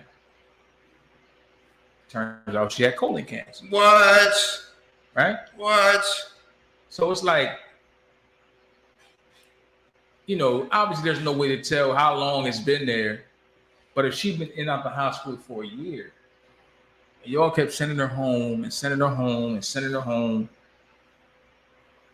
let me also say this, right? She's a black gay woman, openly gay woman. Man, she checked all the boxes of somebody we not giving a fuck about. Listen, and that exactly. She said she had one doctor tell her, "You people always complain. You're fine." You people, damn. We always what? You people. She had one doctor who wouldn't treat her, right? What? And said to her, "Because she's openly gay, you're going to hell." Oh my gosh, was she in the Bible Belt? Another one. Well, I guess. Hold on. There's. What you say? Wait, there's more. Another one told her, "Just so you know, man, we don't give opioids in this emergency room, nigga." What? Did I fucking ask you for opioids, nigga? You fucking think I keep her for some perks? We don't give opioids, man. Just so you know, we need to do that in this joint. Wow. Oh man, I'm suing every motherfucking doctor that gave me all these diagnoses. Please proceed. Bro, it should Negligence. Listen, man. What the key word? The negligence. The negligence. Like, what the? Y'all fucking serious right now? They was very serious. Yo, Finally, somebody did the right thing, man. But like you said, she had all the motherfucking strikes against. She was black. She was a woman. She was a gay Were they black woman. Say it again. Were they personal doctors? Or was she just? I don't. It doesn't hospital? specify, but I think she was just going to the hospital. You know what I'm saying? Like ER visits, shit like that. You gonna get that? So- Motherfuckers ain't working. And just for the record, right? Just for the record, colorectal cancer is number 2 yikes. killer of all cancers in the U.S. and disproportionately affects, guess who? Black People of color. People of color. Black Americans are about 20% more likely to get the disease and about 40% more likely to die from it than most groups. That shit's crazy. Hey yo, all my black people out there, man, I implore y'all, man, make sure your health is right, man. Please, If make sure your fucking health is right. Fuck cancer, and yeah, man, make sure your health is right. And demand that these motherfuckers do the right thing, man. You know what I'm saying? If one motherfucker, if you hurting and you hurting, and you know you ain't never felt like this before, like, this shit ain't working. I think I know where Iceman coming from, and I'm like, if you got a what they say a family physician that you go to on a regular basis, and he's telling you, oh, it's just your period, oh, you just got a fart. Now that's a motherfucking negligence like a motherfucker. Yeah. But if you've been to 10 different people, you may get 10 different diagnoses if you don't go back saying, hey doc, that last diagnosis you said I went home and farted, it ain't work. Right. You know what I'm saying? That ain't work. I need something else. Right. You can't. You might not see the same motherfucker in the ER all the time. You probably not gonna see the same. You gotta get a personal doctor. Yeah, so And you got to demand that these motherfuckers do all the tests that they can do. damn You know, right. because you're right. If you go into the ER, you seeing this person, that person, that person. Yeah, like you said, first, there's a chance that 10 motherfuckers can tell you 10 different things. And that's not necessarily neglect. That could be just what they, you know. That's what because, that was their prognosis. And here's the thing: if you're a doctor, you see 100 people, and they say, "I got stomach pain, I got such and such." In your head, you know that 75% of the last 100 people you seen that had those symptoms, it was this. So you're gonna say, "Oh, that's just this," right? And are you really wrong for that? Maybe not. But if I'm persistent, I'm saying to you, yeah, that's cool. But listen, bro, I know me, I know my body. I ain't never felt like this. If I'm a woman and I have my period all my motherfucking life, and I've never felt like this, nah, you need to do something else. If you can't do something else or won't do something else, I'm gonna go to somebody who can. You have to be your biggest advocate. Yes, you definitely have to be. Period. That's why I say she had to get a doctor. Cause just imagine now, it's 2022. Just imagine, like the one doctor said, get these perks out. Because I mean, fake sick people came in there This is true. 20, 30 times. You know what I'm saying? Let me get the perk now. Take these Tylenols, motherfucker. Oh. We're just gonna slide past that. What they do when they came in those dogs? You see it a lot of them a day. Motherfuckers in This there is trying to finagle shit to get the perks. This is true. Finagle her. This is true. So if that's what I said, she keep going back to the ER every week, for a year, they like, oh man, you know what I'm saying? We sent you, you know what I'm saying? They not really gonna do the test that you need done from your doctor. Right. Doctor gonna do your physical, all that, you know what I'm saying? Blood, they gonna take blood work, you know what I mean? And that's Doctor what gonna do all that. Hospital ain't gonna do that. To sort of kind of piggyback on what Iceman's saying, the way the doctors sort of kind of, find out what's wrong with you, they start ruling out shit. You know what I'm saying? Like you said, if you come there with bellyache, shitting, nauseous, okay, well, Your leg ain't broke. right, exactly. You know what I'm saying? And like you said, if 75 people came through this joint, it might be something going around here. Take these 2 joints and go ahead home.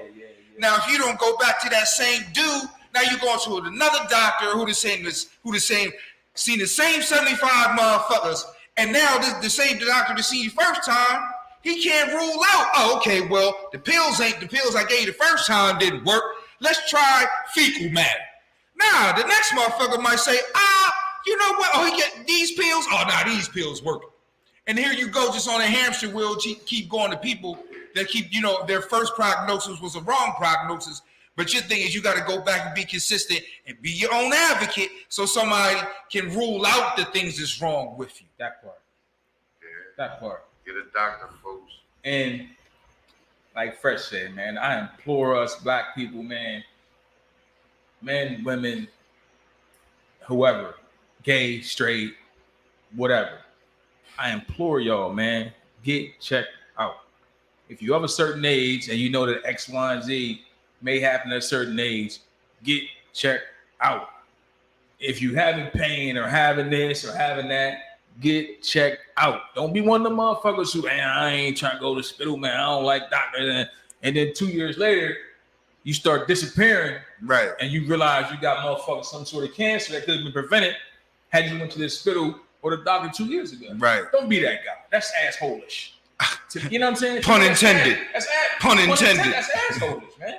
You know what I'm saying? You could have went to the doctor years ago and potentially got diagnosed for this and took whatever steps necessary to slow it down, stop it, prevent it, get rid of it, whatever the case may be. It's nothing. It's nothing bravado about not going to the doctor these days, man. I'm definitely here to tell you, man, be an advocate for your health. I want you to live as long as you fucking can, because I always say, look, if you hold on today, they might have a cure tomorrow. So you might be fucked up today. Let some pills come up tomorrow. You know what I'm saying? You back in the game, baby. AIDS used to be a motherfucking death sentence. Back, baby. You back. Live long enough to motherfucker see the cure or something that you can live with come around, man. You know, so go to the doctor and be an advocate for your own motherfucking health. That's real. That's real. Because ain't nobody gonna advocate for you the way you gonna advocate for you. Nah, what I mean, it's a lot of people that It's just don't. gonna happen, man. It just ain't you. I don't give a fuck. I You're mean, the one dealing with the pain, whatever pain you may have. You're the one dealing with I can't sleep. You're the one dealing with whatever. you the one on a 600-pound life still eating 9 motherfucking Big Macs, motherfucker. Damn it, man. You know what I'm saying? I can't advocate for that, motherfucker. What the fuck? Hold up. Speaking of Big Macs, right? Have y'all heard they about to make the chicken Big Mac at McDonald's or not? They about to sell. They already sell it a couple places, right? That's some fat shit. But they gonna bro, they listen. 2 chicken only thing patties? They're gonna replace the beef patties with chicken patties. Everything else is the same: cheese, lettuce, hot. The Big Mac sauce, which is I $1,000 get dressing. that shit too. What? I fuck that shit up too. Listen, I'm on it, nigga. Mac I want one. sauce and everything. I want. Listen, I ain't had a Right. Big Mac since Fayetteville. You hear me? Yeah, we I ain't had Sheesh. beef since Fayetteville. for We used to twos, right nigga. behind the crib. Oh, 2 for 2s, nigga. listen.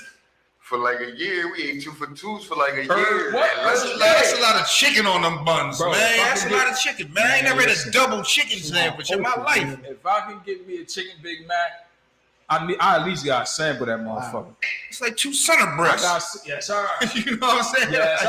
I ain't trying to do both at the same I time. sample that joint. I'll let y'all know. Don't worry about it. Hey, let me know how that. Yeah, let me know about that. Yeah. That is definitely some fat shit, man. I ain't mad at you though. Fuck it up. I ain't mad at you. I don't want chicken. Fuck it right on up. You don't eat chicken? I love chicken. You want to eat a chicken Whopper? I mean a chicken. Big Mac. Big Mac. I don't want chicken. Big That's what I never had chicken though with the Mac sauce though. That shit. I think I want it. You sure? I think I want it. Yo, Mac sauce is incredible, bro. Yeah, I ain't mad at Mac sauce. $1,000 dressing is incredible. Oh, God damn, nigga. Give me a 50 degree because I don't want a Big Mac. A chicken Ice. Big Mac. 2 chicken patties. And I just don't want one. them ports. There's 2 chicken patties, man. Nah, that's a lot. Yeah, that's- You I don't know, I don't- Separate chicken patties? yeah, I have, and I will. That's That's, Mac sauce. Because I don't eat 2 Chick-fil-A sandwiches. You eat 2 I Chick-fil-A? said I don't eat 2 Chick-fil-A Yeah. sandwiches. Because them joints wealthy. yeah, that's what I'm saying. I don't know if I want to eat 2 center breasts on one bun. Wealthy over here. Well, ain't play 5 hours. Chick-fil-A Yeah, them Chick-fil-A's husky over Bro, spicy chicken like $14. All white meat Shit. cause grip, nigga. Yeah, that's all I want All too. white meat cause grip and Chick-fil-A. Right, nigga. Chick-fil-A, nigga, man, listen. Shit, That's they just a paying treat. niggas food to work. That's a treat, nigga. You see that shit? Nah, They paying niggas food to work. dang, I might work like an hour a day. I get a meal. You work an hour or something. You work like 5 hours. You get 5 meals. Nah, I work an hour and get That's a meal. all the pay, or that's part of the pay. Nah, that's the pay. You work 5. Nah, It's like I'm it's kinda like good 4 on that. hours. Oh, I know what you're 5 talking hours, about. and you I get- know what you're talking. There was a big deal about that That's too. worse than the Wingstop shit. But here's the thing. The thing about that story is, I read that story. The thing about that is, they were actually volunteers. Yeah, that's Oh, what I'm saying. okay. Work. Okay, yeah, that's so okay, it's not like yeah. they were getting paid. It's And- not yeah. like they're paid. And- Yeah, yeah, come in okay. work for the food. Yeah, they were Okay. volunteers and they got Okay. food. Yeah. Oh, you know what? That ain't that bad. You know what? You just said it like that. Said it like that. Said it like that. I work an hour and get me a That's a meal. lot. That's a lot. I'm going the fuck home. Shit, It said 5 hours for 5 Man, you ain't meals. That's a lot of meals. Okay, that's a lot of Listen, meals. at Chick-fil-A, you ain't working. It's like 40 of you on there. Yo, It's like an assembly line. it's nigga. 1,000 motherfuckers. All you really have to do is take that order. Yup. They never You know what I'm saying? Like, Hell yo, no. I've never Man, they seen got that. motherfuckers, man, they don't even let you get to the drive-through line. They coming to you. They coming to you. man, they got iPads with the iPads The and shit. iPad, they take your order right there, receipt. Man. Some of the nicest motherfucking chicken sellers that you gonna find, man. They Yeah, like, they when you walk, gonna man, send in listen. your name for the order? It's like organized confusion in that motherfucker. Man, if you that ever shit's sat, very if well you was ever designed. in a Chick-fil-A and you looked at these they moving all over the place, man. But the shit is like Clockwork. Would I be a fool to say that's how all fucking fast food should look? Should. Y'all remember how that McDonald's is that first day it's open and you got all the people on the fries that's supposed to be there. 2 weeks later, you got 2 motherfuckers in this motherfucker. You got a motherfucker making a sandwich. They're like, yo, how do y'all? They take a day off to make sure when they open You up. know what? You right. They got an entire day off. And The whole day. we gonna get this game. Everybody got that day off. We ain't doing that 24-hour drive-through shit. Nope. We ain't doing We none working. of that shit. Working We here. close at a certain time. We gonna working clean the here. fuck We fuck with quality, not quantity, Yeah. and we fuck with quantity around this motherfucker. You know what I'm saying? That's what gives us the quality. Like, because their lines are scared the shit out of you if you drive Right. by. Yeah. But if you go in that motherfucker, you like, nah, they on that. They on that. They on the job it's around all there. like a robbery in that motherfucker.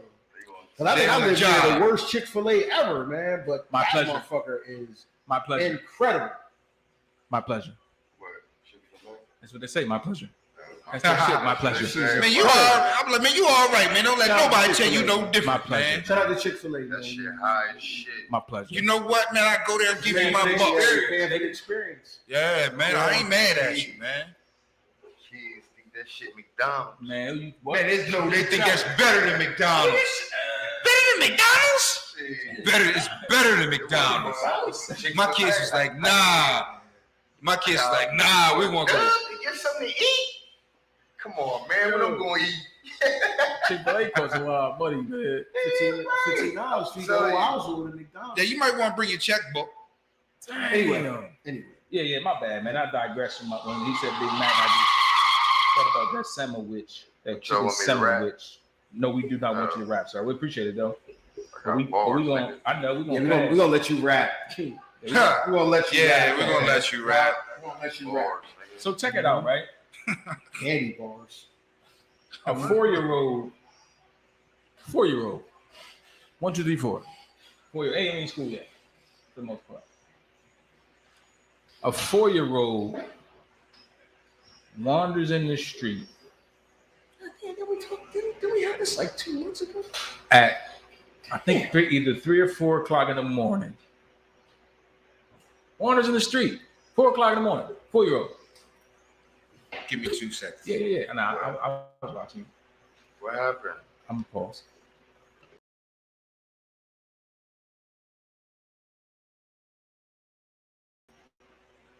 Gets hit by a car and dies, right?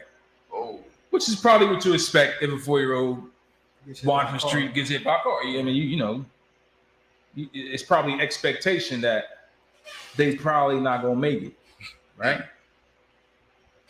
But I guess my question is, man, like, what the fuck is your 4-year-old not just outside by herself? Outside by herself, all right, bro. All right, man. Outside by herself at 4 o'clock in the morning, 4 o'clock. 4:01 a.m. Scary bro. hours. Scary hours for adults. 3 hours. This happened in Indiana. Gary would happen to be Gary. Motherfucker, it don't say. The Right, kid, Gary. bro, where the Gary's fuck- real. Where the fuck are you at, man? That your kids is, huh? Sleep. I mean, they sleep, Scary to think, man. but you, come on. Like, Yo, something's wrong with that, man. it frightens me to think that a 4-year-old can get out the house that easy. Mm. You know what I'm saying? Even if I was asleep, it's gonna take you to climb up on something to get that top latch. You know what I'm saying? How do you get out the house? Well, let me think. Because I'm trying to think of my grandson at 4 years old and my kids at 4 years old. Right? That's what I was thinking. Now, 4. Sad. 4 is not necessarily as young as, initially that popped into my head now that I think about it. So there's definitely a lot of cognitive ability there. There's a lot of dexterity. There's a lot of coordination. I mean, it's a lot that I would like to know to get some proper context. It's not necessarily impossible, but like you said, Fred, it's a lot going on there for that 4-year-old to be able to just wander out into the street. Now, I know my recent memory serves me correct, my grandson was, when he was 4, it wasn't like he would wander into the street. So I got a lot of questions about that. I got a lot of questions. Yo, my daughter was 4. She damn near ran away. God damn. But I wasn't asleep. You know what I'm saying? It was at night. It was probably like 7 o'clock at night. We in the crib chilling. I'm upstairs in the room, upstairs in the room, and I happen to hear the door close. Like, what the fuck? You know what I mean? So, I look out my window, and my daughter is walking because she got a fucking cat in her hand. Favorite stuffed animal. She walking with her fucking cat in her hand, walking down the street. Like, where you going? I don't know. I'm leaving this I just want motherfucker. to see though. some shit. You know what I'm saying? I'm leaving this motherfucker. Get the fuck out of here. I just want to see some shit. Y'all got me fucked up. But I was, you know what I mean? The door probably wasn't locked. You know what I'm saying? Because it was, you know what I mean? It was like 7 o'clock. It probably wasn't locked because motherfuckers was in the house. But, yo, I happened to look out the fucking window and my daughter walking towards Tackle Street with her cat in her hand. A cat in a blanket, nigga. I mean, so it's not as far-fetched as one would think, but it's alarming. It's definitely alarming. I mean, I it's guess- sad and tragic. Yeah, I guess it's only a huge deal because the little boy got hit by a car and died. Not to say it happens all the time, but like you said, it's not as far-fetched for a kid to walk outside. I'm imagining it happens, but because it probably happens a million times, we'll never hear about it. Like I never heard that story till just now that guy said. I was today years So old. it happens all the time, or not all the time, but it happens more often than you may think. Right. But because this kid, this little boy, rest his soul, got hit by a car and died, obviously that makes it big news. Hey, man, that's fucked up, man. Lock, They didn't say anything about the parents' charge. They just said they were asleep, but obviously Lock that they're top investigating, latch, man. That type shit. Definitely. So, lock that top latch, man. Man. That's unfortunate, man. Damn. very unfortunate, man. Damn it. Damn it, Wow. man.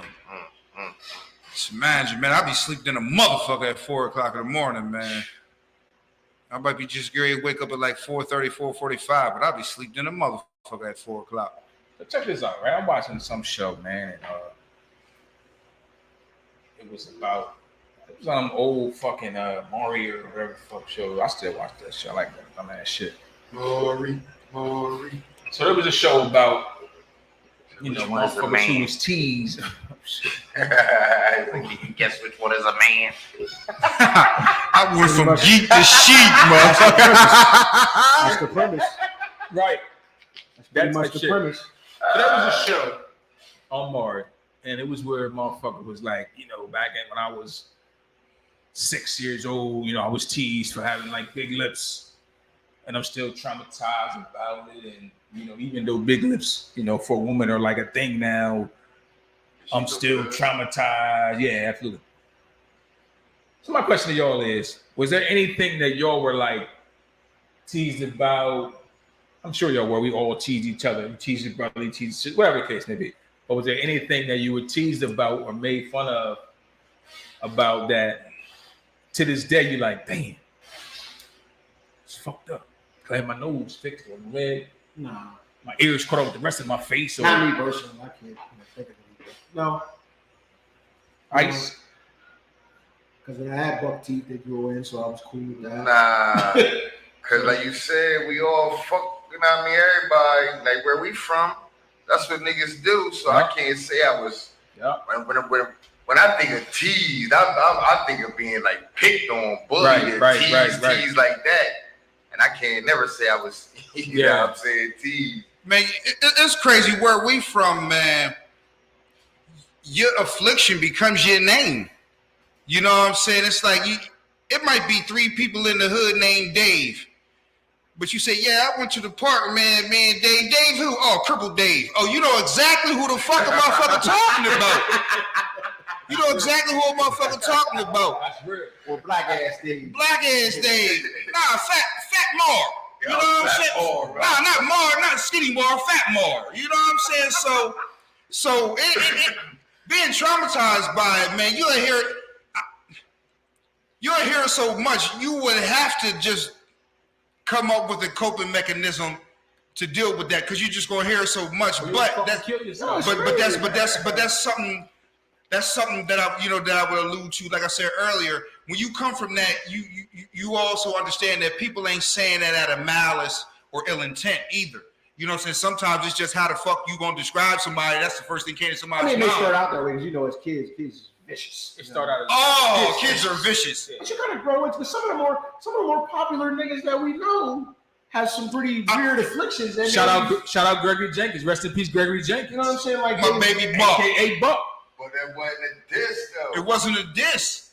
That's how the fuck you know him, Buck. That wasn't a diss. I agree it with you. becomes their moniker. But it was an affliction. It was an affliction. Yeah, You know what I'm saying? yeah. Now, do you think he was he took that in his life? He couldn't have because he answers that shit, as far as I know, to the day he died. Rest in peace. Yeah, rest in peace. You know what I'm saying? Just like my man Dev. We know a lot of Devs. Nah, Burnt Dev. Yeah. You know what I'm saying? And I would like to say that was a badge of honor for me to call him Burnt Dev, because I actually knew him before he got burnt. I knew the reason why he got burnt, saving his motherfucking sister. Yeah. You know what I'm saying? So that's how he got burnt. Yeah. So when it might be a lot of Devins in the hood or a lot of Devins in your area. You like, oh man, the boy Dev was down there rocking motherfuckers. Dev who? Dev from around the corner now. Burnt Dev. Oh yeah, Dev do be rocking them. And this is how it goes. So I know for a fact he was not afflicted. I know for a fact every time I seen him, I'm giving him that with the hand that was affected by the burns. I'm like, nah, man, I'm not scared of any of that. So I know he took it as like, that's a badge of honor, man. Salute you. Matter of fact, rest in peace, Dad. I will say this, because when that fire happened, I lived in a project right across the field from Dad, right? And we went to school together. We was in elementary school together when that shit happened. And I will say that initially, motherfuckers teased him. You know what I'm saying? And initially, it wasn't a badge of honor. He had to grow into it. You understand what I'm saying? Like, he grew into it, and he started to realize, like, I could be dead. You feel what I'm saying? And like you said, the fact that he saved his sister, in doing so, you know what I mean? I think her name was Keisha, if I'm not mistaken. Yes. So it became a badge of honor for him, and it's something he got used to. But initially, like, I watched him be teased, and I I stuck up for that was my man. You know what I'm saying? So, because I'm saying kids that tease you, they eventually grow up. Right. Though. You know what I'm saying? Right. Like, And you become cool. And you grow up with them. You know what I'm saying? And like that, like I can imagine the intestinal fortitude this man got. You know what I mean? Because that same shit, like, nothing phased that man. Right. You've gone through that, and not only that, you've gone through the ridicule as a child. It's not like it happened as an adult. That's different. You know what I mean? It happened as a kid. Yeah. Actually, I think he went through life as a person who felt like, I've literally been through the fire. It ain't much you can do to me. You know what I'm saying? I've literally been through the fire. That's real. Rest in peace, man. Rest in peace, Dad. And my sister's alive because of it. I got made fun of because of some little shit. Yeah, but I can't say I was traumatized. Yeah, everybody was a little dark and was called you black. In the hood, you get a big ass head. You get made fun of. It's like just a pecking order anyway. Yeah. You know what I mean? Big kids make fun of the little kids. Then when it's your turn, you the big kid. You know what I'm saying? It's like a man. I thought it was crazy when motherfucker called me white boy for liking baseball. I was like, what? You know what I'm saying? But I was like, white boy, man, what you doing, man? You think you're a white boy playing baseball? Like what? But you know what's funny? Now they say we crack about anything and shit. A motherfucker got 2 parents and out. You're 2 parent household ass nigga. Yo, same person. Motherfucker eating dinner. Same person. Man, you got nice car. Man, you got mom and dad in your house. I'm like, but you threw a dart at me with that. You know what I'm saying? Like, motherfuckers have a nice car. Bad thing. You You rich ass motherfucker. You nice car having ass thing. Niggas gonna make fun of everything, man. I wonder what you say. I wonder what you would say if you remembered if my grandmother also lived in my house. Like, God damn. Like, shoot me down for having, you know what I'm saying, mom and pop. What the fuck did I do to deserve that? But yeah, I was called a white boy and like, hey, you think you better than us because you got mom and dad. Like, what the fuck is you talking about? We're poor just like you, motherfuckers. I'm the same area as you, What the fuck is you talking about? Poor motherfuckers in the house that's poor. Obviously, this shit didn't work out for us better than it did for y'all. You know what I'm saying? Obviously. What the fuck? I just think it's crazy, man, when I see shows like that where like I'm like, dog, that was 30 years ago. You still give a fuck about that shit? Like, You know like what, y'all though? said, we just like that's who we are. Like that's just part of us. I was black ass, hair was white boy or light skin, nigga was buck teeth. Like it But just that goes. what it was. That goes to this. That fast forward to this time though, because there's a whole bunch of kids that Commit the suicide. bullying and Yup. all that. They them kids. That's real. They them kids that didn't have the internet and all. They them kids didn't have the outlets. It was actually outside. They still yeah, open. yeah. You know what I'm saying? That's the kids. Now all the kids got all them little kids that, you know what I'm saying? They got outlets and man, that shit, she still was holding that in 30 years in. She had, you know what I mean? That's crazy. They be holding that, man. That's crazy. I be like you, man. I be surprised, like, man, you holding on to that? It's too much, man. Yeah, all right. I'm like, Come on, man. I don't even like people enough to be trying, like, watch me 30 years later. Remember what you said to me? Like, look, man, I'm sorry if I said anything fucked up to anybody for you to be holding on this motherfucking longer. I'm sorry. I mean, I feel like this. I feel like if that's something that's been on your mind for 30 years, you had a pretty fucking good life. Like that was the most important thing or most traumatic thing that happened to you in 40 years. I want to say, That's crazy. I want to say that I dealt with a person in my past, and I dealt with them like I did as a young male that didn't know how to deal with a person in the past.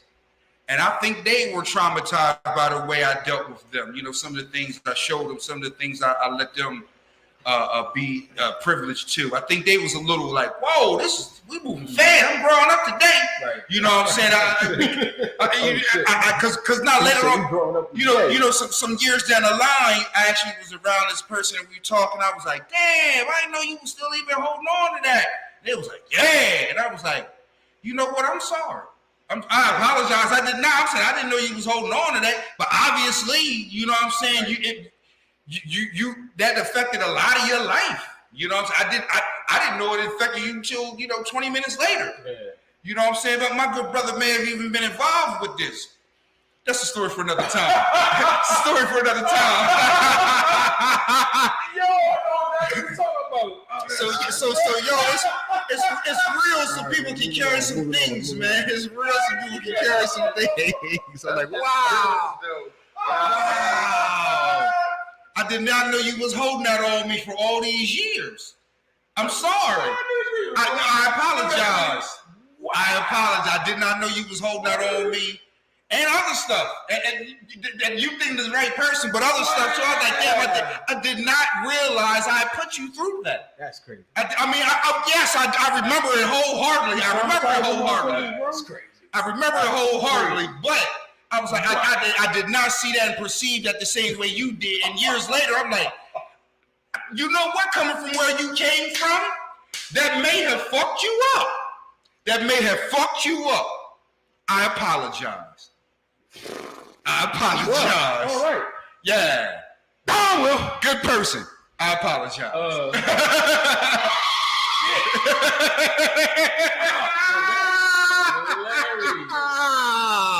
right. Good times, good shit. Some of us. I will say the sidebar note, my dad was rolling. He was rolling. Mom Dukes, not so much. Not so much. Move right along. Moving right along. Huh? You the one keep talking. You ready to spill over me? Oh, shit. Woo! All right. Okay, then. Sheesh. Yo, you ever heard of Open Streets Wilmington? Yeah. Nah, I'm not. Nah, you gotta fill me in on that. Open streets. Well, I'll go. Speak on it, bro. Go ahead. Do your thing. I think this shit is pretty dope. Mm-hmm. I think it's pretty dope. Mm-hmm. Let me dive into this shit, man, and give it proper, because I think it should be this should be publicized a little bit more. I absolutely agree. Saying?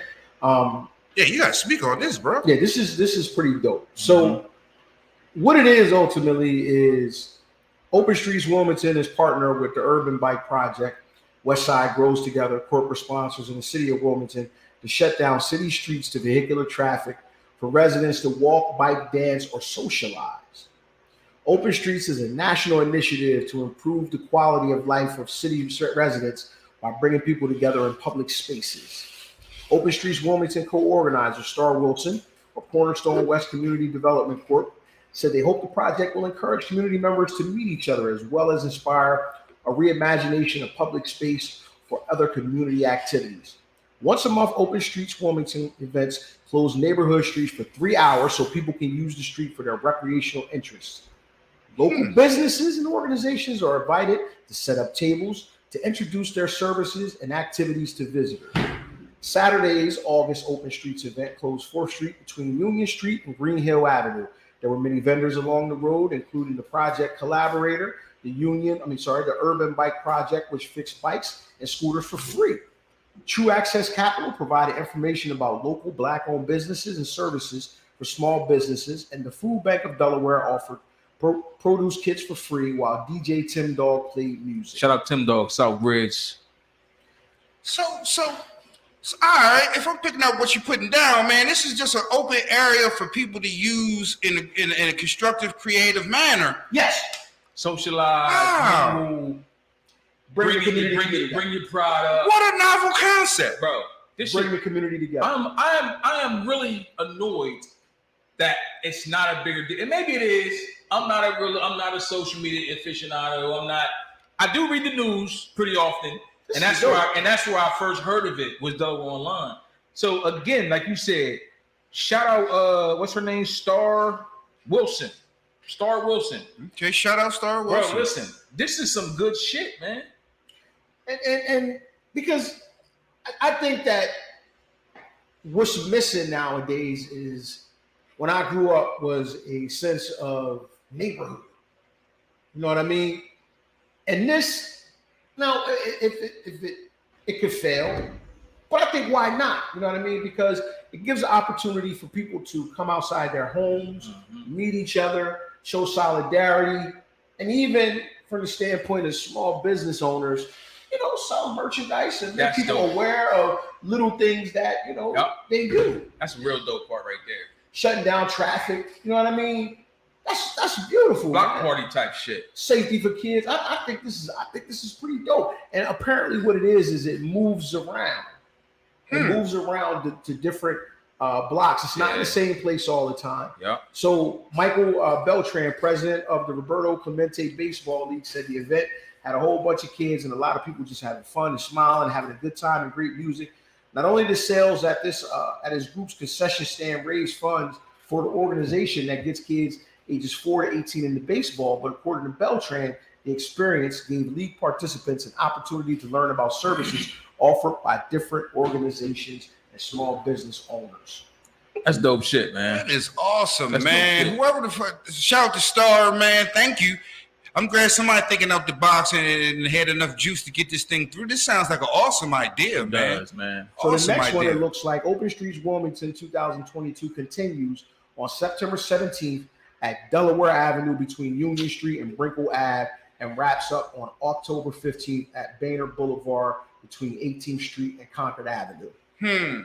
That's just dope, man. I also want to give a shout out to my bro Hanif Salam, because he actually was doing something very, very similar to this a couple years ago. He was just pulling up on different hoods in the community and doing this exact thing. He just had his speaker, and I want to say he had good brother Mike Bartley, and I want to say it might have been the ACLU or somebody, but they was just pulling up. They was grilling for people.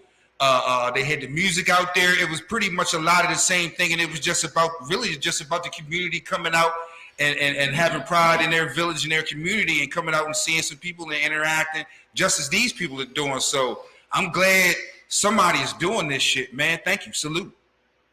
That's real. What you think? That's real. I don't really got no opinion. Okay. Until they move inside the city. Okay. All those places, the outskirts. True. That's fair.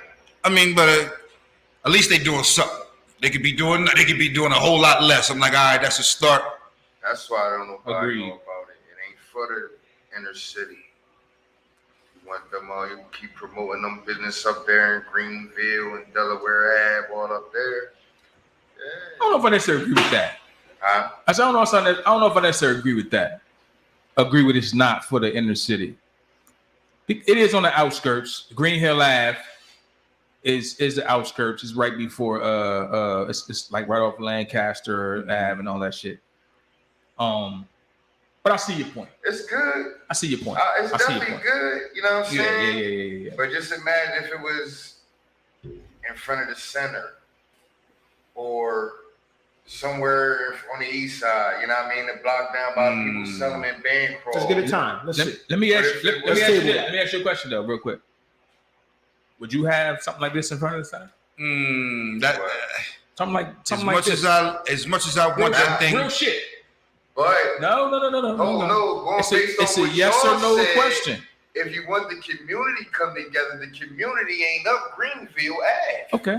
The communities are community in no the less. So my question to you West of the again. city. There's a community of Greenville Ave. So Community nonetheless, though. So my question to you again. Or is that the community we trying to reach? You gonna answer my question? You gonna keep Go ahead. dancing? All right. So my question is, would you have a block party or organized event, et cetera, around Yeah. West Center City? Y'all Cooley do it all the time. People I do it all ain't the asking time. about Cooley and the People people. do it all the time. I said you. I'm talking Yeah, about I would, Okay, because say I know less. it can be done. Say less. I just seen them giving trophies to Droop and them over in front of West Center City in the park. So you would. Cool. Cooley just had a sleepover on the east side overnight. Yeah, I would. That's what I'm saying. I'm bringing it. But they not. Okay. You know where he had a sleepover at is not the forklift, right? That's a whole different. That's on the east side. I know on exactly. Spruce Street. I know exactly where it's not. South Spruce is behind Spruce Street, ain't it? No, It's it's on right on Church Spruce Street, right where the church at. Right by Old Swedes. That's Spruce Street. Okay. That's Church Street. That's what I meant, Church Street. Right. That's what I said.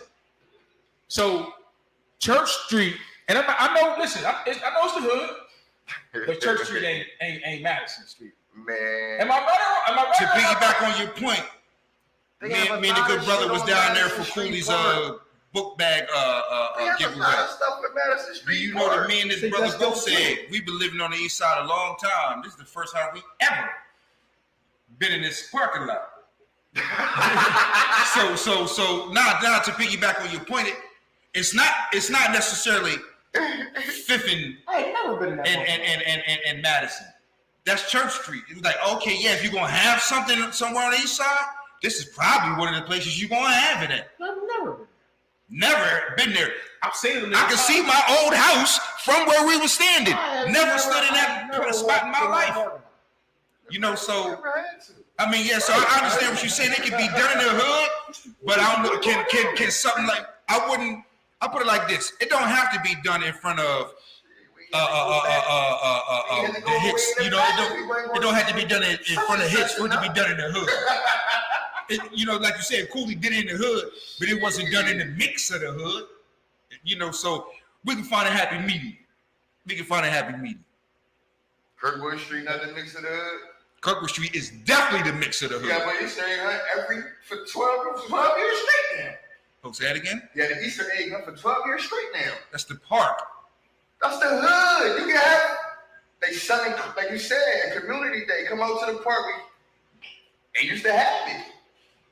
It's also not like the street part there either. You know, just people walking. You know, I mean, it's You right. I see your point, You right. but to me, it's a difference. You right. yeah, Right. But I'm just glad that this young lady and her partners yes. are doing something. Maybe at some point we will see them on Kirkwood, on Madison. somebody else I don't know. Right. or maybe somebody else would do some iteration of Right. that. Absolutely. You know, maybe, Absolutely. you know, the situation with Tom and Terry. that Cool Shoes would do. You know what I mean? It might attract different vendors. You know, they got, you know, Jerry Deans was down there. You know what I mean? So maybe Shout that Jerry prompts- Jeans. Maybe that prompts more vendors to come out. So you know, it turns into its own Facts. thing. I just think it's dope anywhere you do it. I How the agree fuck completely. you do Right. it? I agree. You know what I mean? It's not like, I mean, it don't mean the same if it's in the suburbs. And that to me, that's not the suburbs where they're doing that. I agree. It's not the suburbs. It's still in the city. Though. Still in the city. Might not. It might be a lesser, you know, part is not the inner city. You know what I'm saying? Not the inner. You know, I get your point, but I know a nigga who got their top blew off on Green Hill. so, Know him personally. But I see your point. You do make it because for that one guy on Green Hill, there's 30 niggas on Madden. You know what I'm saying? So I see your point. Nah, it is what it is. It is what it is. But when I think of like when motherfuckers say the initiative of we're trying to bring the community together, that community ain't as hurting as the community you want to bring together ain't up there. That's not what y'all. That's not the community that really need to be together. Right. And You know what I'm that's saying? fair. The communities that need to be together, that And that's need the fair. help, do that. that's fair. Y'all really trying to bring people together. And that's fair. But they That's also all I'm saying. But That's they all also, I'm but they saying. also looking at it like, can we feasibly do this down where a lot of stuff that we, you know, that we trying to combat with these type of events are at? Can we feasibly I know. do it there? Right. We I down know- there trying to I know have a it'd be peace in the hard. streets, I know and then it'd be it's not hard. peace in the streets. Listen, I know it'd be hard. I know it'd be hard because you got worried about all them little young niggas walking around with guns at the little event. You know what I'm saying? I know it'd be hard. Yep. But just when But that's the point, though. you're Right. yeah, that's what I'm saying. When your initiative is we want to bring the community together and bring everyone out and have their own vendors, man, like you said, it ain't even publicized like that. So the motherfuckers who's doing the little t-shirts in the hood ain't gonna be there. But if you was at the center, if we all in the park, come get your table, you know how many motherfuckers will be out there with shit, Yeah, selling shit. I can't. I I say that's How fair. many niggas got there with hammers? But that's what I'm saying. But I'm That's saying, the- that's what I'm saying. The That's odds of violence, Yeah. you know, go I up know because that. you get, I know that. you know what I'm saying, I know that. to that center city. I know that, You know, what I mean? so they, you know, I'm glad she's doing the events and all that, Right. you know, but I kind of do understand you can't just have it in the hood, but I am with you, like, you may not reach the people that you're trying to reach with these events. Yeah. Or maybe that is the people she's trying to reach. Maybe it's a bigger plan. That's what I said, or that's what I was saying. Perhaps. Because now your next event is on Green Hill Avenue somewhere else. You staying real comfortable. You getting that comfortable money. Perhaps. So check this out. It's that time when we go to sports, but don't give me the music yet. I want to say something real quick before you give me the music. So I was yesterday years old when I found out that at some point Anthony Davis and Brittany Griner used to fuck around. Nah, man, nah. I mean, yeah, but nah. Listen, word Nah, is, but yeah. you know, at one point she was married to Glory Johnson, fellow WNBA player. And the word is that when that Joan was on the outs, Who she used to play for? her and who Glory Johnson? Is it Atlanta? I think New York too. She was a kind of a journeywoman. She played for a few teams. Word on the street, when that thing went sour, her and Anthony Davis was yeah, the man, right? Now, to be exact, the word was that they were engaged, Anthony Davis and Brittany Griner. Now, at some point, Anthony Davis went online, I don't believe it. went on Twitter and said, all y'all people that's saying I'm engaged, y'all wrong. I ain't engaged. But that was all he said. Like I would think that That nigga funny. if the Brittany Griner thing ain't true, if you ain't messing with Brittany Griner, I would think that you would address that as well. I could be Shut wrong. that down. But if you shut down, so that was the most important part of you, that everybody know that y'all are not engaged. Cool. I mean, all right. Yeah. Okay. I guess so. What you want me to believe and what you want me to wonder about That is nigga is gay. how did that motherfucking bend over that motherfucking table look? You know, as long as her motherfucking legs is as tall as he is, what kind of picture is that? He allegedly made a statement even saying, you know, I enjoy this relationship. We share clothes sometimes because we What? She wear my Jordans. I wear her Timbs. I get it. Yeah, I get it. Bro said we wear the same size, man. So we share clothes, man. So Red flag right there. Let me get your hoodie, nigga. What? When you see my So it's still my hoodie. you not see my whole Jordan, you see my sweatshirt. Jordan 4s? It's still my hoodie, not my whole Oh sweatshirt. yeah, I went to the club last night, man. I was shining in the motherfuckers. Baby, the drip was real. Bro, real rap. Nah. Said, look, I'm ready to show you, man. Wow. Let me get that beat. I'm ready to go to the store. Will said she is everything to me. We have an amazing relationship and have so much in common. We even wear the same size clothes and shoes. So sometimes she borrows a shirt or two from me. Nigga. What? So what I was always thinking about this was I was like, so where did her current right fit into all of this? You know what I'm saying? I'm like, did she feel like you was cheating on her, or like, well, I wasn't with you, but like, I mean, because I know some lesbians out there that like, now I don't really feel you dealing with dudes. Well, it says the exact timeline of their relationship is unclear.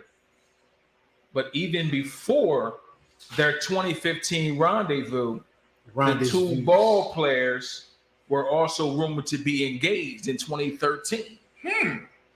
Okay, so Wow. And Bull said his exact words: "Whoever made that rumor up about me being engaged is corny. I'm not engaged, people." right. That was it. That's Yeah, so full stop. all you saying is you're not engaged now. That's it. I'm sorry, I thought I could read. You're Hey, not man. engaged now. Hey All right. man, give me some sports music, man. Let's get the fuck out of here. Fuck some Braves, man. Wow. That's Let me that's get your different. butters and ready to run down to the store real fast. Well- AD. What, son? Let me get your butters. Give Well, me your butter, son. with that being said, man, let's get into some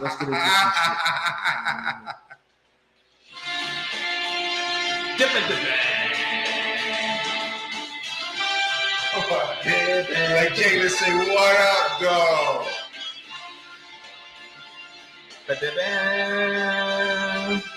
Sit where we at, brother. Throw that hook shot in that crate, baby. I'm nice. I'm nice. You see this buckets, baby. Yo, the bull Craig D had a mean jumper and mean hook shot on the crates. So listen, man. Range. Yes, he did. Some news out today, man, regarding one of the bigger stories in the league. Knew that was gonna happen. Mr. Kevin Durant is staying put in Brooklyn. There was a meeting today between the Nets brass and Kevin Durant and his team, and they come to a mutual agreement to continue business together. Thoughts? I mean, I'm not really surprised. And I say that because even though the comment he made about Steve Nash and the other bull, like I really didn't think he was going nowhere. Yeah, him. I really didn't think he was going nowhere because I just didn't feel like they were going to get what they wanted or felt like they deserved to get rid of him. Like, I don't feel like there was anybody who was going to give them what they want, at least not anybody who Kevin Durant would agree to play for. You know what I'm saying? So I just thought it was a lose-lose situation from the gate. Also, they said they're not trading Kyrie either. They have no intent to trading Kyrie. So, same team as last year. Not surprised. Thoughts, bro? Well, I kind of thought to myself he wasn't going to get traded at all. You know what I'm saying? I was just like, I don't. Well, let me stop you there. Because the sentiment was a little different a couple weeks ago when the reports came out that he thrashed.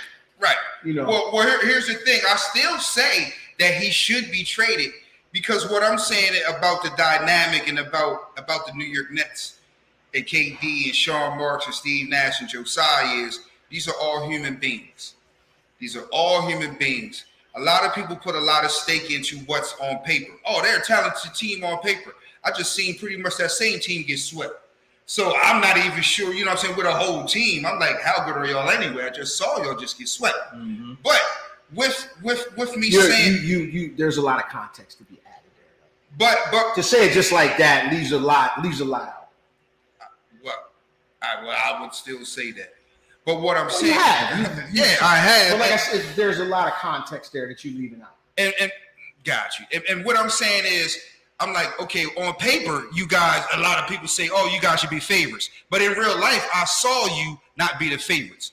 And with, Josiah and Sean Marks and Steve Nash and them, when you're dealing with human beings, that's not on the paper, not anything potential. When you're dealing with human beings and someone actively said publicly, I want you fired. Got you. I can still show up to work. I can still show up to work and do my job. How good I do my job, I don't know. I'm a fucking human being. And this guy who keeps running up and down the court, I might be thinking, damn, this dude wanted me fucking fired. So when you're dealing with human beings, man, you just can't say, oh, yeah, on the Cleveland. Nah, I know too many people to know, man, that shit ain't just that easy to just say, oh, man, we're just going to go back and everything's going to go back. I'm actively saying right now, they won't make it to the championship. They probably won't even make it to the Eastern Conference Finals because of the human element of the Nets. And I'm like, yo, how you actively try to get me fired and you just going to think it's all good? I might act like it's all good, but I'm really a human being. They're like, this shit ain't all good. Think it's sweet, Sean? You know what I'm saying? It ain't all good. It ain't all good. So you think it's sweet, Sean? With the human element, I'm probably not somewhere down the line in an instance, whether I try whether consciously or not, I'm probably not going to give you 100% or give you the benefit of the doubt like I should just because of the human element. Nigga, you try to get me fucking fired. I don't know how it's going to work. Yeah, He was right, though, but I don't know how it's going to work. Piggybacking off Fresh said, you know what I mean? Yo, you try to get me fired, dog. Fuck out of this ain't just water under the bridge. This water under the bridge. Nigga, what? You know what I mean? That's a difference between trying to get me traded, because I'm going to play again. You know what I'm saying? You try to get me, fired. I might not never got a job again. You know what I'm saying? Not just get me fired, that's also an indictment is I don't think you're the guy for me and this team. So that's what I'm saying. Like, oh, this guy run up and down the fucking court. Don't think I'm the motherfucking guy. You feel what I'm saying? So I just looked at it as his business. The fuck what he said. This ain't fucking bitty league basketball. This is professional basketball. You can say what the fuck you want and try to get me fired, but do you have the power to do so? And clearly he did not. So yeah, it is on the Cleveland because I said all along he's not going nowhere. Not to mention that he don't have any leverage in this situation. Oh, I understand. He never had any leverage. I understand all of that, but what I'm saying is we dealing with human beings. It's like you saying on the Cleveland is one thing. Everybody just okay, just put it past us. Yeah, we might act like we put it past us. But dude, okay, so let me what I'm saying? Like, so let me put it in perspective. Unless I really put it past me, it ain't put it past me. Let's put it in perspective. Okay, let's he's a human. Let's think about it like this. If he come to me and Fresh and backdoor you and say, man, I don't really want to be mad on the show. All right. When me and Fresh say, all right, that's cool, but it's not gonna happen. Nigga, you can't do that. Can you work with him? After he said he wanted you actively not on the show? I can. But now let me change the scenario. What if he go to me and Fresh and say, yo, man, I don't really want that nigga on the show. And me and Fresh like, man, you sure? You sure, man? You sure? Nah, man, I don't want that motherfucker on the show. Let's straight like that. And me and Fresh come to you and say, well, you know, man, he kind of like don't really want you on the show and shit. The difference is when you got the support of the other motherfuckers, what the fuck he say don't matter. Right. But it's still fractured relationship. Yes, that's like, you can't put that milk back in the. You can't.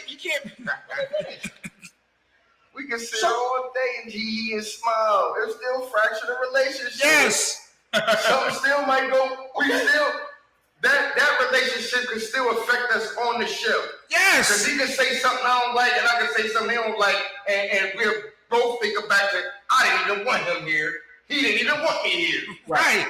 Right. So that's why I say that's why I predict ain't no win shit. If this imploding anyway, and we sit down at the round table and have an agreement and say, okay, let's move on. That means we make an agreement to say, let's try to move on. If something happens, then we address it at that point. But if I know you ain't got that kind of stroke, what the fuck you say don't bother? That's just me. Everybody's not the same. Right. Everybody's not the same. Part. Say that part. Everybody's not the same. You might not be able to deal with it. You might not be able to deal with it. But everybody's not the same. True. Everybody's not the same. I work with people I don't like all the time. Work for, work with. Bend people's balls is who I didn't too much care about. But, you know, end of the day, business is business. It is what it is. Now the interpersonal relationships, what people don't understand is we are peers. Steve Nash, Sean Marks are his bosses. Let me reiterate, we are peers. So if we talk about we equals. These people are over top. I would really not give a fuck at that point. I would really not give a fuck. If I'm your boss and you try to get me fired, and then you clearly can't, and I get the support of the brass, I really wouldn't give a fuck about it. Because at that point, we don't have a personal relationship. And clearly we never did. We have a personal relationship, which may make it a little difficult. I would understand it more if we're peers. But none of this leads to winning. And that's what I'm saying. I'm like, what they doing and all this shit they do, like, it can be done, it can be done. Do you realize no team teammates over history have not liked each other in a one championship? What I can say is this is the first time I've actively seen anybody try to get their bosses fired. That's the first time anybody say, yo, and like when Dwight Howard said, yeah, man, it was behind the scenes and it came out, try to get Stan Van Gundy fired. He was a good coach, but they fired him, and that team didn't win. It doesn't bode well for winning. It doesn't bode well for chemistry. Now, business might still go on. That's not. Now, business, but we're here to win. You're sabotaging, like to me, I'm like, that's sabotage. That's sabotage. That's because you asking if you got the ability to carry it through. And that's what I'm saying. I'm like, you asking a lot of human beings. In fact, you're asking a lot of human beings. It really humbled is it? Like to me, I would look at it like, well, damn, dude, like you did all this shit for nothing. You did all this shit for nothing. You never had any power.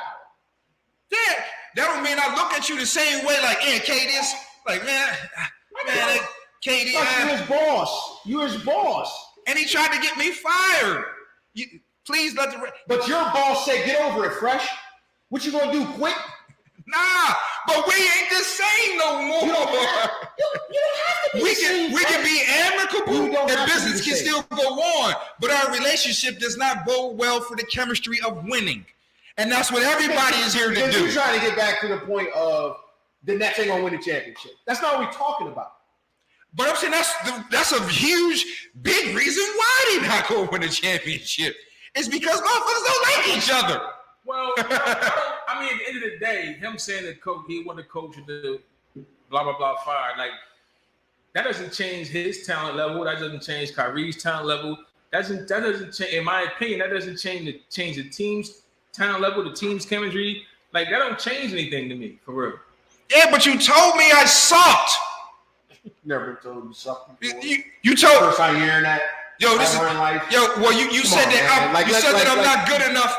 I'm not good enough to coach you in the Brooklyn Nets. That's what you just said, and I'm still here. He's not the first person that I'm sure he's heard that from. Yeah, and it's not like I think you making more of a big deal out of it than it is, because obviously they're able to move forward.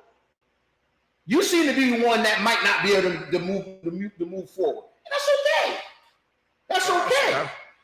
Got you. They might move forward. Moving forward. I had a weird thought, man. Better player. Dream or Tim? Better player. You know what he gonna say. I don't know. Just like we know what you gonna Better say. player? Yeah. I don't know. I don't know. Who's the better player? I'm going with the Dream. I would take the Dream over as a player over Tim Duncan. Same. I'm taking the Dream.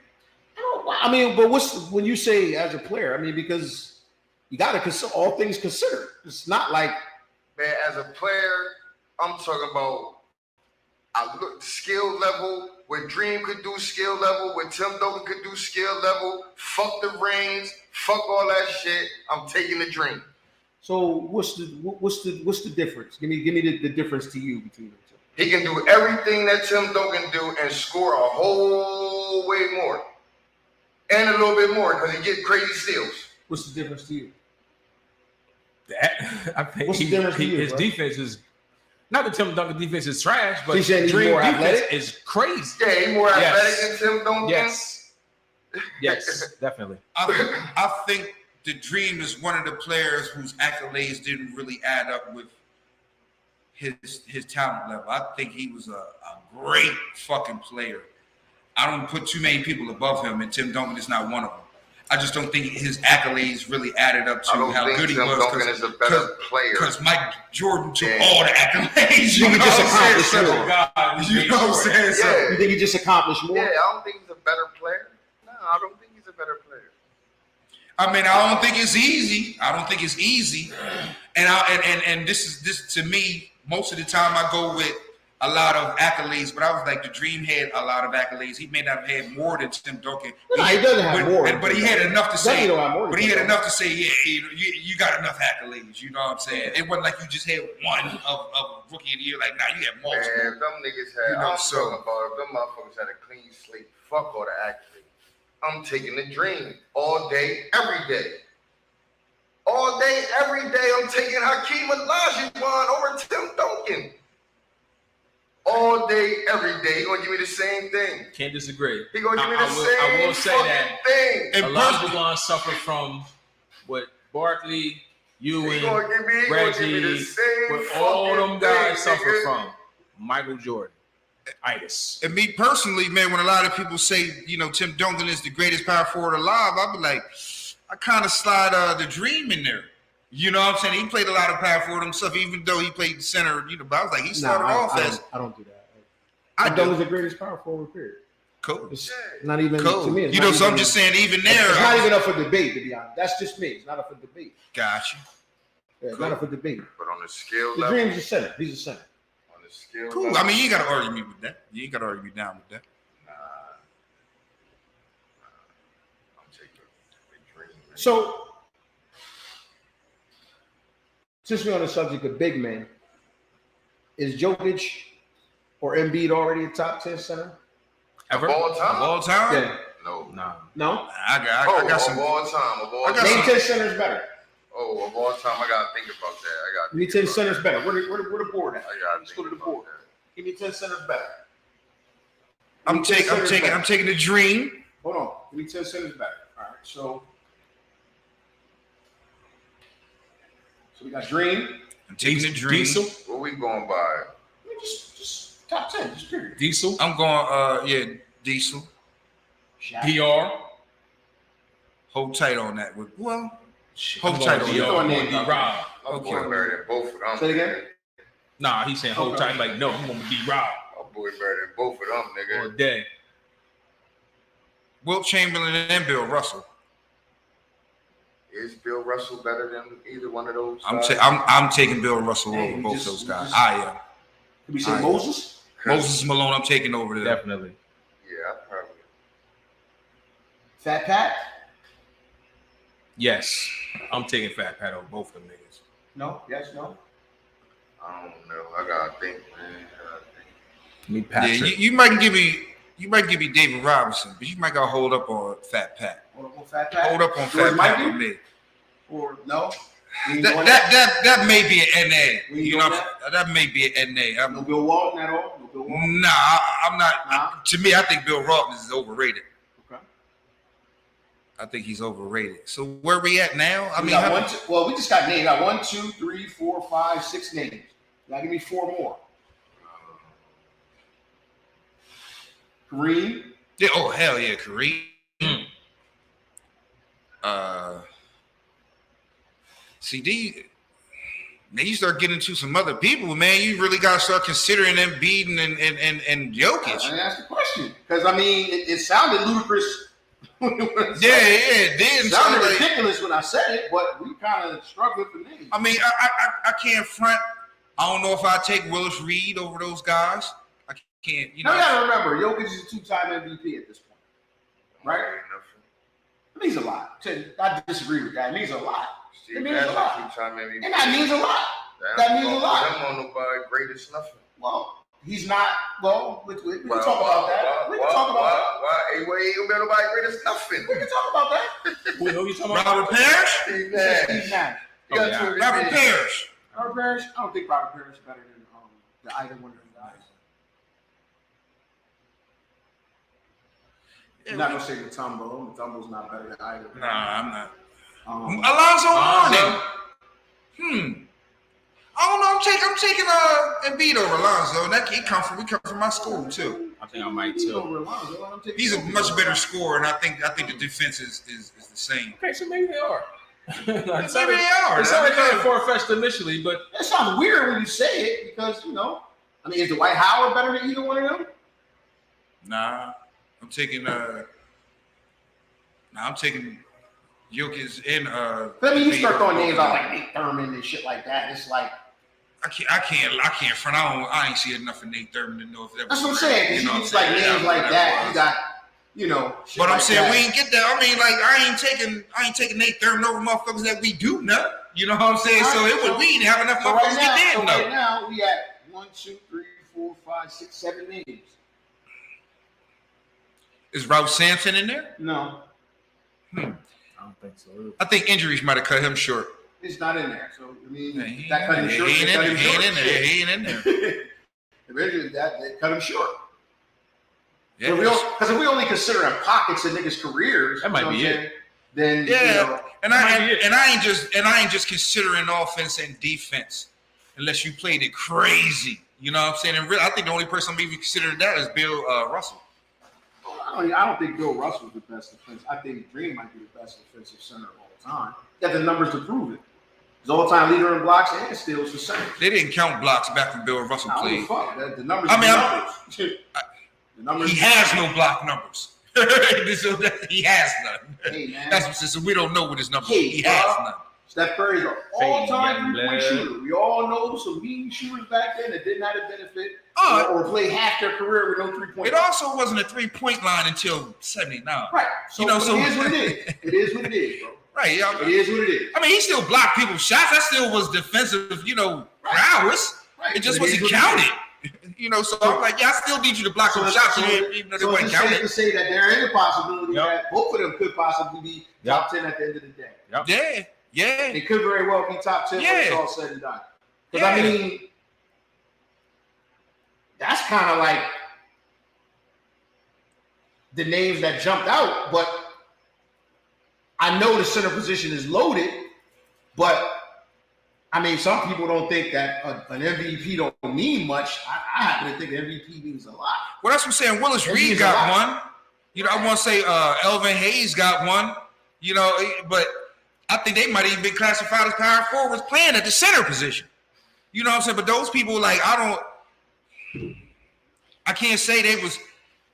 See, now we're going up against production against potential and ability. I think all the production on these guys is valuable. It's there. You know what I'm saying?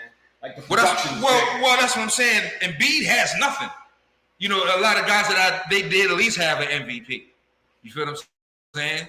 So it's more or less not all of them, but I'm saying I think Elvin Hayes got one. I think Willis Reed got one. You know what I'm saying? So I can't. Well, let's not speculate because we don't do that here. We won't speculate. Let's not speculate. True. Let's figure this out. And that's what I'm saying. Embiid's pretty good. Those guys were too. You know what I'm saying? Willis Reed got a couple chips. They say he might have played on the best starting five ever. Him, DeBusschere, Bradley, Walt Frazier, and Pearl Monroe. So okay, so let's take a look at it. Let's see here. All right, so we got. All right, let's see here. So we got 2 MVPs, man. Cool. So we got 2 of them things, man. So, don't make them better than Dream got at least one. You got 1. Yeah. Man, that don't make you better. Man, that's a It helps. man. Let's do Steve Nash and see how many point guards we can name better than that nigga. Well, you can name a lot. I You know. can name a lot. We talking about. We can name that nigga whole aliens NBA backcourts. I think so. Yes, I do think so. You was just There's better a than lot of niggas that was better than that nigga. you putting it. I mean, that's you was better than them niggas at that time that you played in that time, man. That season in that era. You got the MVP, but you may not be better than other people who didn't get MVPs in other The whole eras. discussion is centered around saying who's better across eras. So that's not, Nah. Right, so that's what I'm saying. So Some of the hard work do gotta matter. You know know, where it matters. Man. Yeah, that's what what- nobody said. I ain't saying. It's Like a I party said, great. You don't win that award because you Can't take that trash. away. What the fuck? You just trash niggas don't win that award. I'm sorry. You gotta be doing something. right, You gotta be doing something. I said it means something. It means something. Shit. And I said the dream It has means nothing represented is enough. crazy. Yeah, I mean, I'm not gonna say that. Man. I'm not saying that it don't mean nothing. That's crazy. You got Willis Reed got one. Will. Wes Unseld got one. Willis Reed got one. Dave Cowens got one. Bobby McAdoo got one. Now you know what, Dave Cowens. Dave Cowens could go Okay, so Dave Cowens. if he's a center. We got Moses. I don't know. We got Moses. And then at that point, it gets kind of, Convoluted. yeah, the game starts getting a bit smaller. You know what I mean? The game gets Right. smaller at that point. But Dave Cowens, I might take Dave Cowens over both of those guys because he was like a Jokic before Jokic. We didn't say 10, though. We still didn't get the 10. Yeah, We still didn't get the 10. you right about that. So We still did not Even get with the Dave 10. Cowens, that would have been like 8. Yeah, Dave Cowens, that would have been like 8. So, I mean, I guess it's safe to say that they on a trajectory to be top 10, at least. They definitely on a trajectory, especially to be Jokic, especially with 2 MVPs and his career not over. We got at least 5 more years left at the very least, barring injury. Right. 5 more peak years. and that's what we just going on potential with Embiid because he has nothing. We just going on he nice. That's going to change. You know, and I assume it will, but I'm just saying, I'm assuming people was looking at Willis Reed and Wes Unseld when they was looking at him in the 70s and 60s, like, yeah, that nigga nice. You know what I'm saying? So it's like we can't just say they ain't good because we ain't seen them, and they got some hardware. Who the greatest scorer of all time? Kareem Abdul-Jabbar. What's your criteria when you say that? Well, who the greatest scorer of all time? That speaks for itself, don't it? Greatest scorer of all time. I'm gonna go with Mike, just to throw that out there. I'm gonna go with Mike.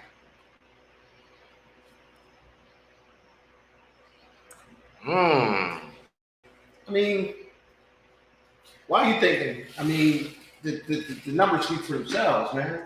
They got 10 scoring championships, highest individual scoring average, highest playoff scoring average. I mean, the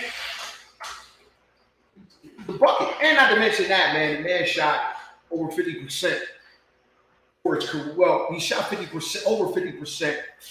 I want to say at least 6 or 7 times in his career. That's efficiency too, man. So not only are you scoring buckets, but it's efficiency. And this is later in his career, not earlier, later in his career.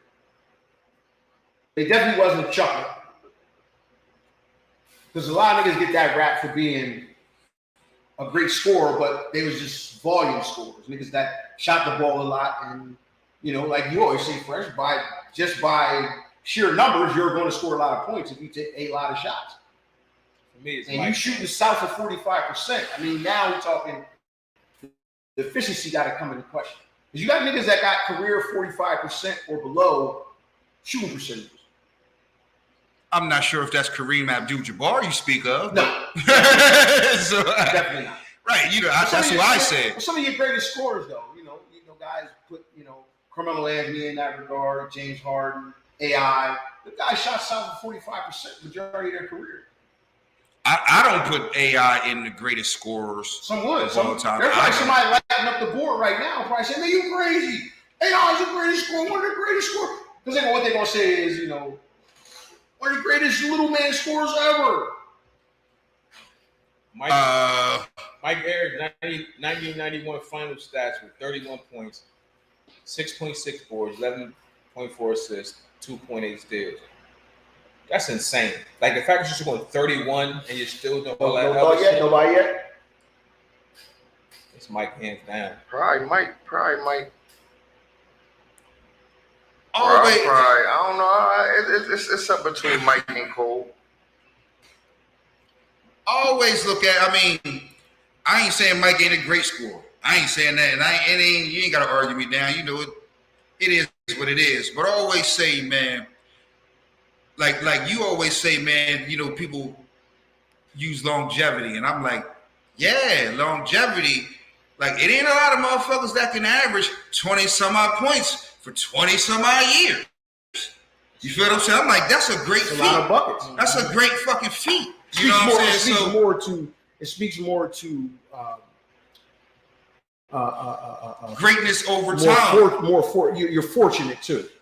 You're fortunate because injury plays a big part. So I think it speaks more to your level of you being fortunate. But not lucky. I don't want to say lucky, but also fortunate. say, man, there's Udonis Haslem who's been in the league grade B 22 years, and this motherfucker don't score at all. Yeah, that's what I'm saying. So that's what I'm saying. Did you say Udonis Haslem in this conversation? Really? Yes, I did. Did this But I'm just saying because he's been around for 20 some odd years, but he ain't got no motherfucking beans. So, dog, you still have to put all Haslam those doesn't points. even get in the game. Last 4 years, he ain't even done. Udonis Haslam probably has 50 DMPs, bro. Yeah, but what I'm saying is you still have to put in all those points. Period.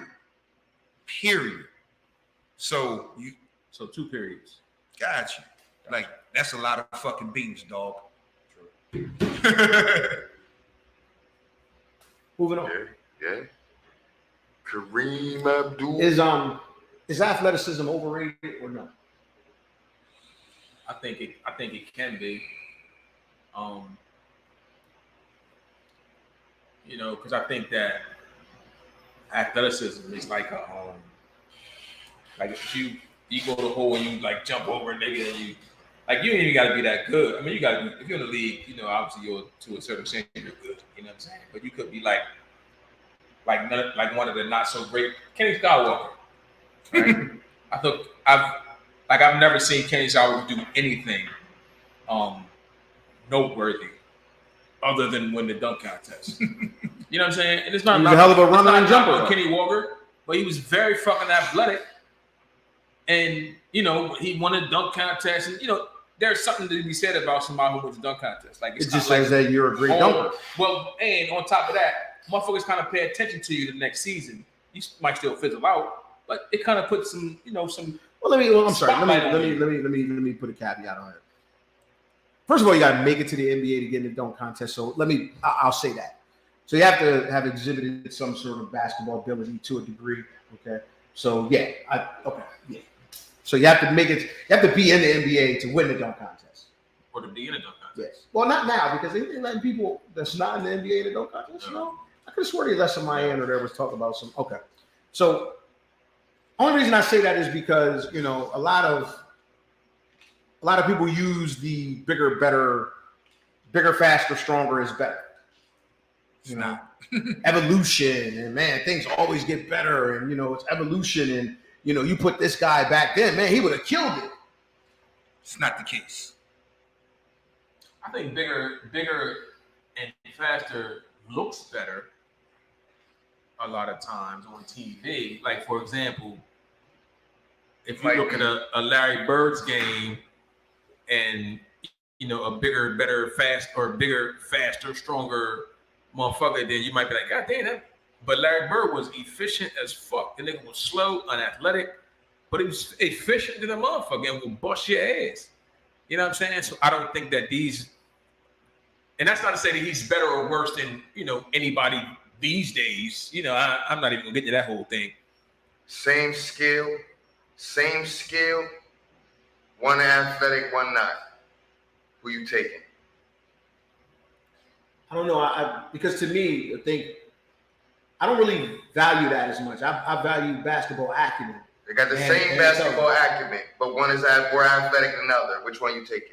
I'm gonna probably take the more athletic kid because now to have that gift paired with the basketball acumen makes you special. Yeah, huge difference. Right. But a lot Not of a huge difference, but it to me, it's usually not. It's not a lot of people who fit that criteria either. yeah, We're it's not- athletic and It is a lot though. They in the NBA. but are they successful in the NBA? yeah. Because you can make it. You can make it to the Years, NBA. There's been a lot of successful players. In the Nah, NBA. I mean, we let the record reflect. We just talking about Let's Udonis define success Haslem. though. What's success? He's athletic. Just making it He's to the not NBA? successful. No, it's been stars every year, been great role players every year. The NBA been going on. They recycling great players. Yeah, but all the athletic all the uber athletic players aren't the I only know that, players but they're most successful. of the people though. Sometimes they're the worst players though. Yeah. But they're mostly the good ones too. Okay. So Yeah, let's look at it. that's Okay, fair. so let's That's fucking fair. Yeah. let's challenge it. Let's go down the list. Because Jokic is not athletic, right? He's not. He's not. Chris Paul, you think Chris Paul is athletic? Bigger, faster, stronger from that connotation? I think he's athletic. Yeah. I don't know if he's bigger than anybody. Yeah, I What think about he's Luka Doncic? stronger than Is he No, is he he's not. one of these Nah, he's guys not. that they say, oh, evolution? I mean, He's not. But I was assume just about everybody else you gonna name. I'd be like, yeah, they pretty athletic.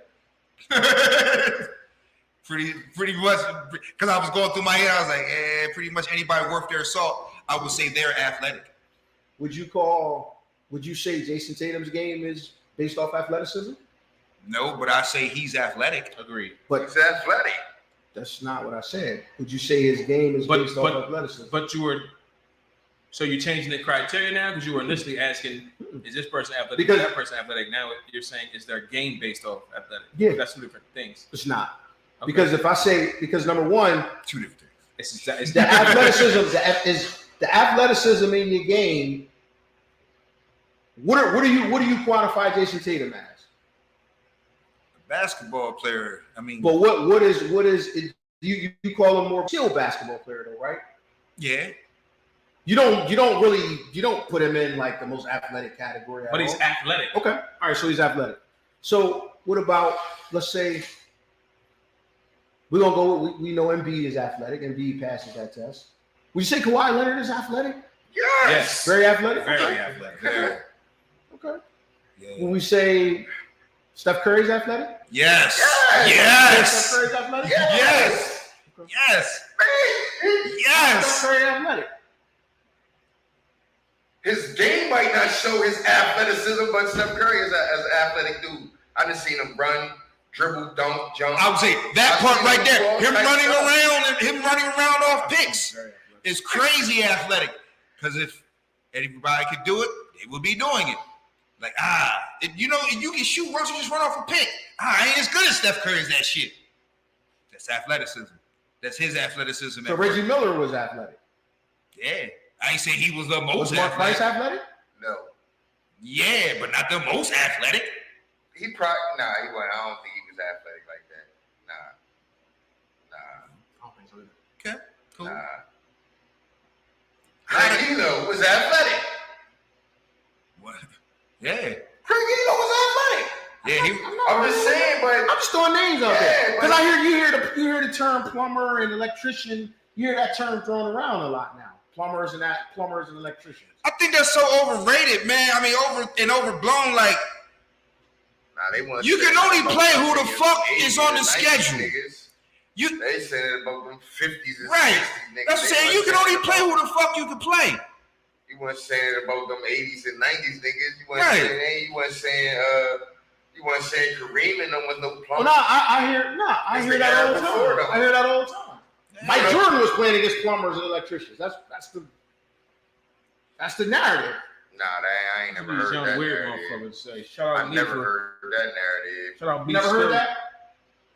I When you heard. hear a LeBron fan, they say, "Well, Mike was playing against plumbers." I seen somebody put up. They said the toughest person Mike Jordan played was Jeff Horner. Jeff Hornacek. Yeah.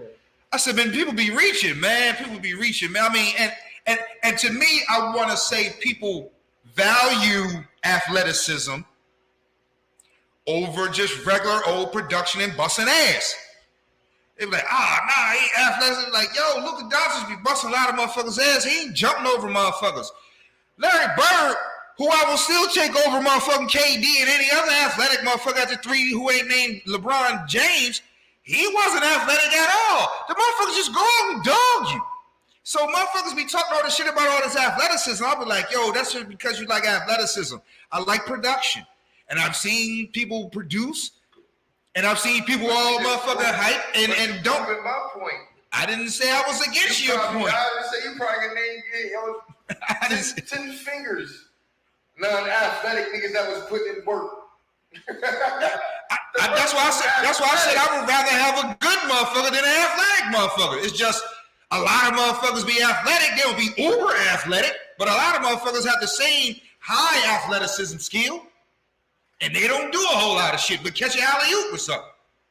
And then you got other motherfuckers over here that can catch an alley-oop, but I would just rather show you skills and be in the league for 20 years. The thing why, going back to the original question though, the thing why I think they look at athleticism like it is, because if you got the athleticism, the game could be easily taught. I can't teach you how to. You got the talk tools, you know and we what I'm can saying? mold you. So, you know what I mean? It might be overrated, That's very true. but That's it's exactly. highly rated. Right. Because like you just said, if you got the same player with the same skills, you're going to take the most athletic one. It's highly coveted too. You know what I'm saying? You're going to take the most athletic one. Fuck how good he is, still. I got the same guy, just as good, but he can jump higher. He can do other. So, Right. But if That's what it is. if all he can do is jump high, yeah, you know what I mean? or just do things that seem like they're just based upon his athleticism, he's not going to be. Yeah, It's because that's definitely a what I'm saying. difference because you're more athletic guys typically play off athleticism. It's not until you make that transition to playing off your skill and the knowing the game and the knowledge of the game is when you transcend to that next level. Because just playing off athleticism, you got a limited ceiling, in my opinion. Right. That's why we said the athlete. I would probably go with the more prepared guy. I'll give you a name. Very athletic guy. I ain't even gonna say made the switch. He always was an athletic guy that played a different way. Andre Iguodala. Very athletic guy. Very athletic guy. All right, but listen. You Play say Andre cerebrally. Iguodala, you can't say Larry Bird now. Pick a player that's in his level that's not athletic that you would take over him. Over Larry Bird. No, over Andre Iguodala. You said pick a player That's in his level. Because Larry Bird and Andre Iguodala was two different. You know what I'm saying? Pick somebody in his level now in the game that you would take over him that is not athletic. that's not athletic. You know what I'm saying? Well, but see, Well, Andre Iguodala. That wasn't the point I was trying to make. I was just saying that was an uber athletic motherfucker who because it's Brandon Ingram didn't athletic. use That was it. That didn't use his athleticism like to just use athleticism. That's what I'm saying. He was a uber athletic guy who used his talents. It actually worked out to 4 motherfucking rings. You know what I'm saying? He was a major cog in that shit. Not saying he started or whatever, but he's actually got a Finals MVP. And his athleticism took him a little bit further, than just his knowledge of the game. But his knowledge of the game probably is what made his athleticism have, a 16, 17-year career? Was Chris Mullin athletic? Nah. He was probably the baseline of athletic. Just athletic enough to be in the league. I would say that. Just athletic enough to be in the league. Matter of fact, I'd probably say Mark Price was maybe just athletic enough to be in the league. But it ain't about your athleticism. It's about producing. Mark Price was a 50, 40, 90 guy. Yeah. I'm not sure he was jumping over motherfuckers, dunking on motherfuckers, you know, that sort of, or flying past people. He's a very skilled player. Very, very Play skilled. athletic? Some people say he is. I guess he is. I'm asking you. You know, I would say he is. Play athletic? I guess. Yeah. Yeah. You too? Yeah. He was more athletic when he was D'ing up motherfuckers. Now, not so much. You know, with the Achilles and all of that. A lot of his athleticism has waned. Now they shit's out there. Dope. I got skate. All right, bro. Take it easy. Let's get some football shit. Let's get into some football shit. So listen. Let's run through this pretty quick, fellas, man, because you know, you spend a whole bunch of time on it. Give me a quarterback under the most pressure this year. Quarterback under the most pressure. Quarterback under the most pressure. I would probably say Derek Carr. That was one of the first people. That was one of the first people that came to my head. Was Derek Carr? Because actually I picked you to get you the championship in the AFC. So I am putting you under a lot of pressure, Derek Carr. I think you're the piece, that has to be. Yeah, they gave him another weapon. Yeah, I think you the piece that it's all hinged upon now. He got a weapon at all three levels. You know what I'm saying? I think it's Derek Carr. I'll also say another one that came smooth to my head in the same motherfucking division. Russell Wilson. I'm not as sold on Denver as a lot of people was. You feel what I'm saying? And you forced your way out. You got what you wanted. You wanted to go to Denver. You got everything you wanted. Now you got to produce. Motherfuckers like, oh, Super Bowl this. I'm like, I saw Denver play. I'm not sure. It's possible, but I'm not sure Russell Wilson was the only thing that was missing. I mean, I think all the guys you named have one thing in common, though, which to me doesn't put any pressure on them. They're not playing for their career. They fail here, they land somewhere else. Yeah, that's true. That's true. Or get another shot. That's true. So I don't think they plan for their career. When I think of pressure, I think of quarterbacks playing for their career. Carson Wentz is under the most pressure. He's under. You fail here, you're not a starting quarterback in the NFL. You may not even be in the NFL anymore.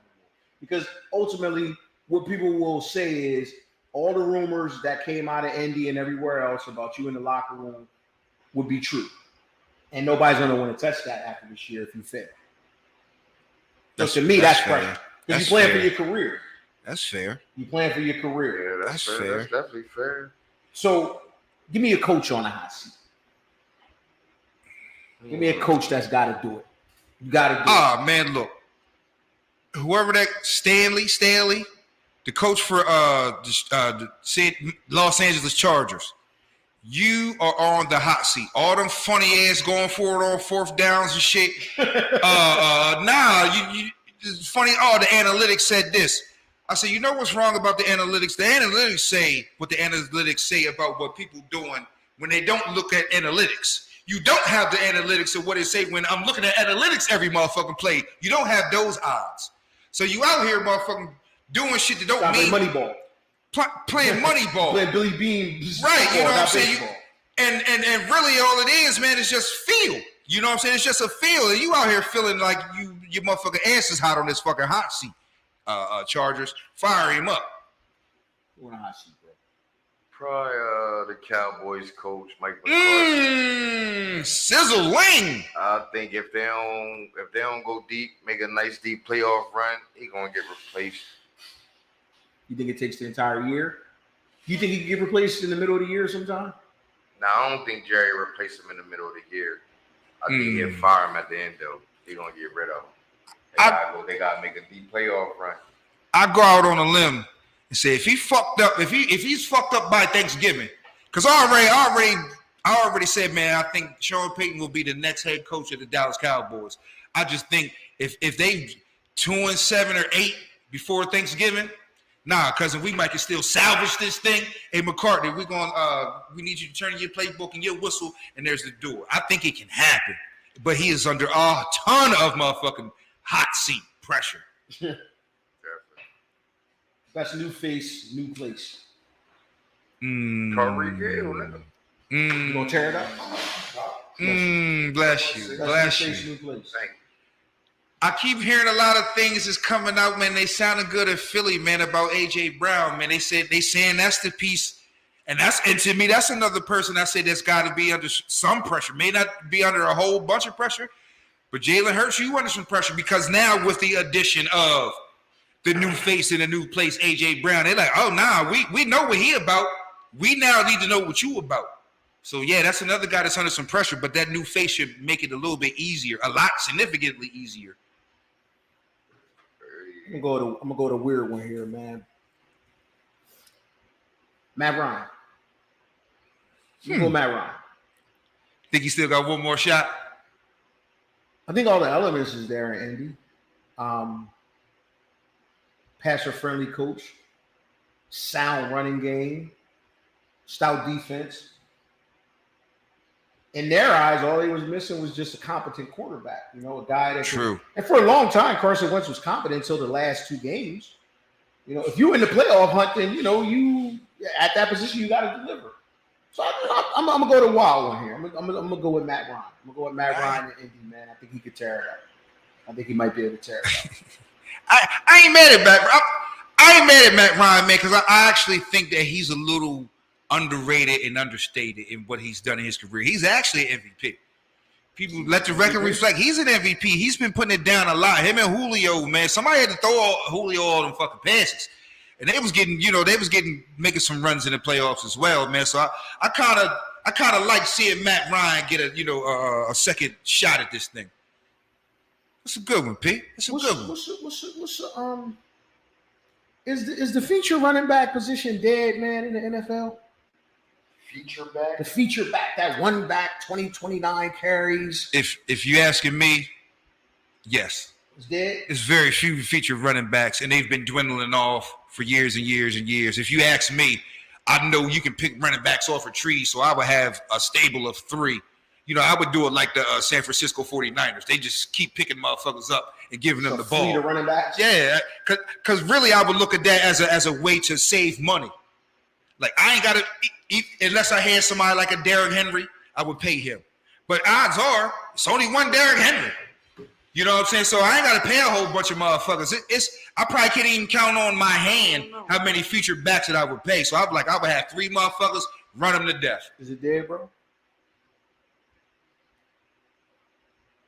Or is it a down period for the running back? I don't think it's dead because if a team get it back, that's they going. You know what I mean? He be the feature back. You know what I'm saying?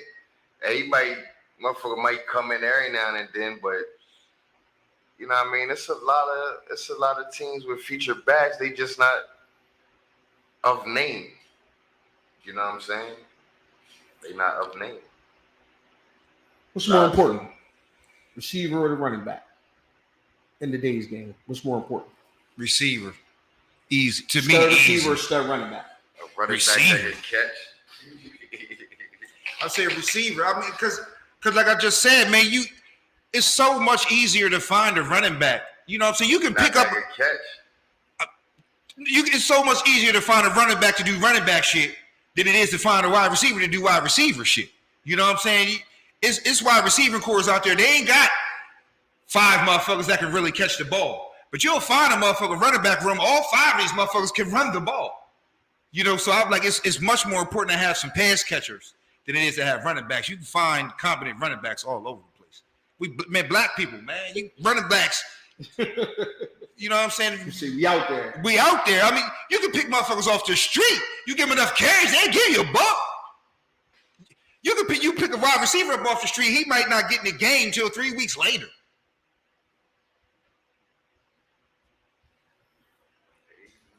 Aaron Rodgers criticism of his young receivers, man. Is it motivational or some bullshit that you as a veteran quarterback under a lot of pressure and shit?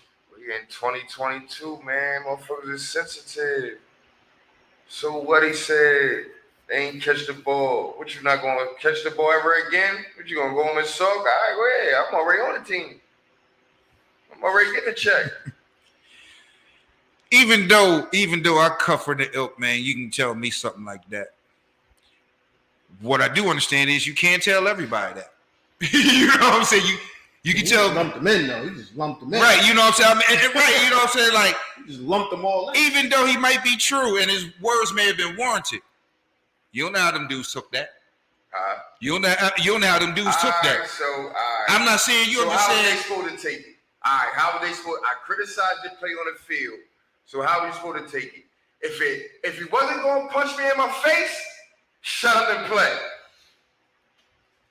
Fuck how you take it. If you're not going to put hands on me for saying, oh, you missed the ball, which would be whack if you put hands on me for that, shut up and play. What else going to happen? Okay, drop all the balls you want to try to make me look bad. You're going to make you look even worse. I'm Aaron Rodgers. So what are you going to do? Run the wrong route, make me look bad? No, you're going to look bad. I'm Aaron Rodgers. So what are you going to do? You're going to catch these fucking balls. I get, like I said, I get it. I understand. I can take it. Fuck how you feel. I can take it. But like I said earlier, we're dealing with humans. We're dealing with human beings. Damn, this motherfucker just called me or said this and that. I can't say that they was like, well, you know what, he right. I can't say that. I've met enough people in my life, even in the matter of fact, in the sports arena, that if you say the wrong stuff to them, they don't respond well. Especially if it's coming from the face of the franchise, internationally known. This dude just called me out. I ain't saying that I would take it bad, but you notice why people don't say shit like that publicly, because it gets back to people and then it fucks up the chemistry, fucks up the locker room, fucks up preparation, fucks up chemistry and chances to win. That's the same reason why I was like, yo, that shit ain't gonna work in Brooklyn. How the fuck you gonna say that shit about your boss? Now, y'all might still go ahead and play and business still goes on, but you said this shit. Now, we may take it, oh man, I believe it. But he's like, damn, this dude just said this about, he my teammate. That's like Benjamin Simmons. Damn, why did Joel Embiid say this shit? Why did Doc Rivers say this shit? Motherfucker, what you gonna do? You gonna put hands on me? You mean it? I mean what I said? What the fuck did he do?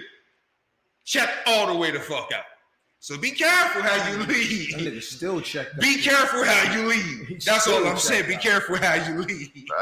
That's so sad. Check, because he like what people said about Nah, football is different.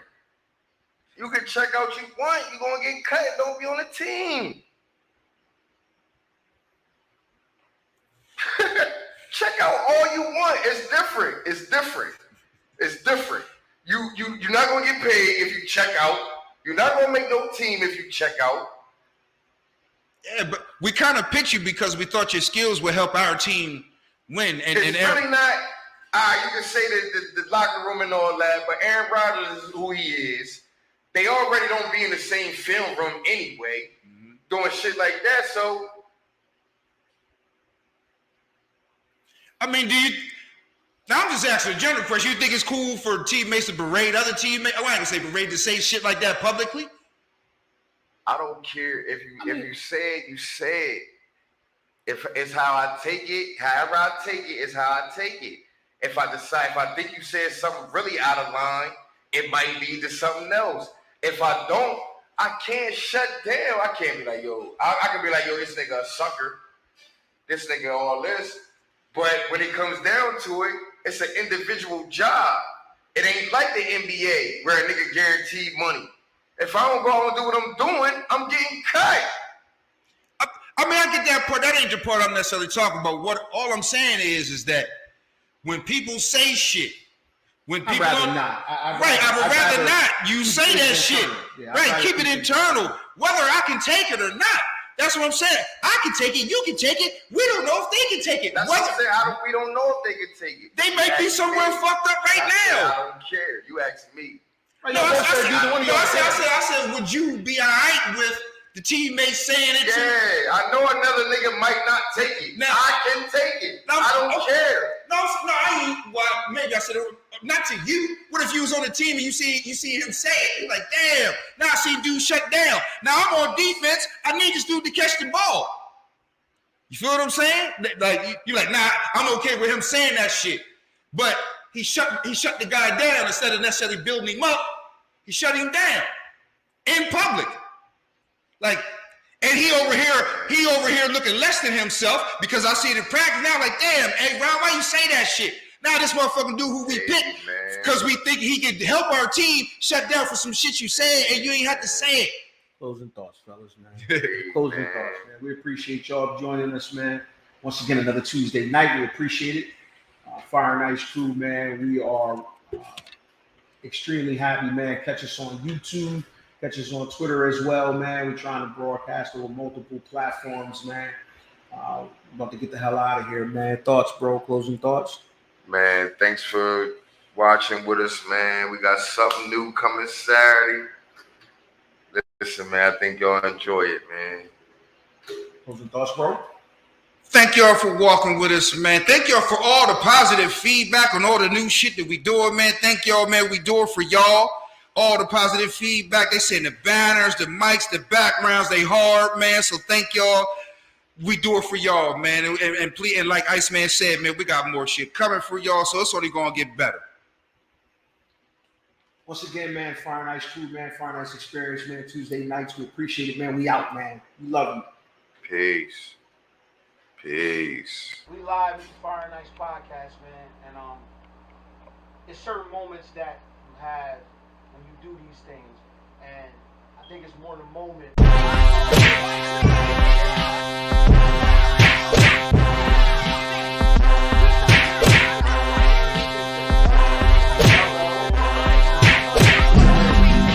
These guys came from Woods of Delaware. Where was you from? Who's fighting right now? Who's fighting right now? Who's fighting right now? Who's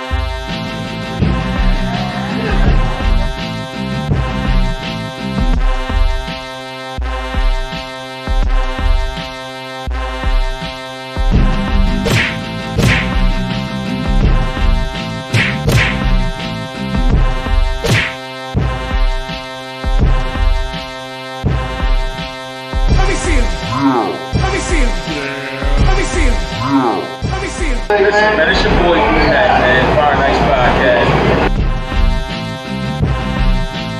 Let me see him.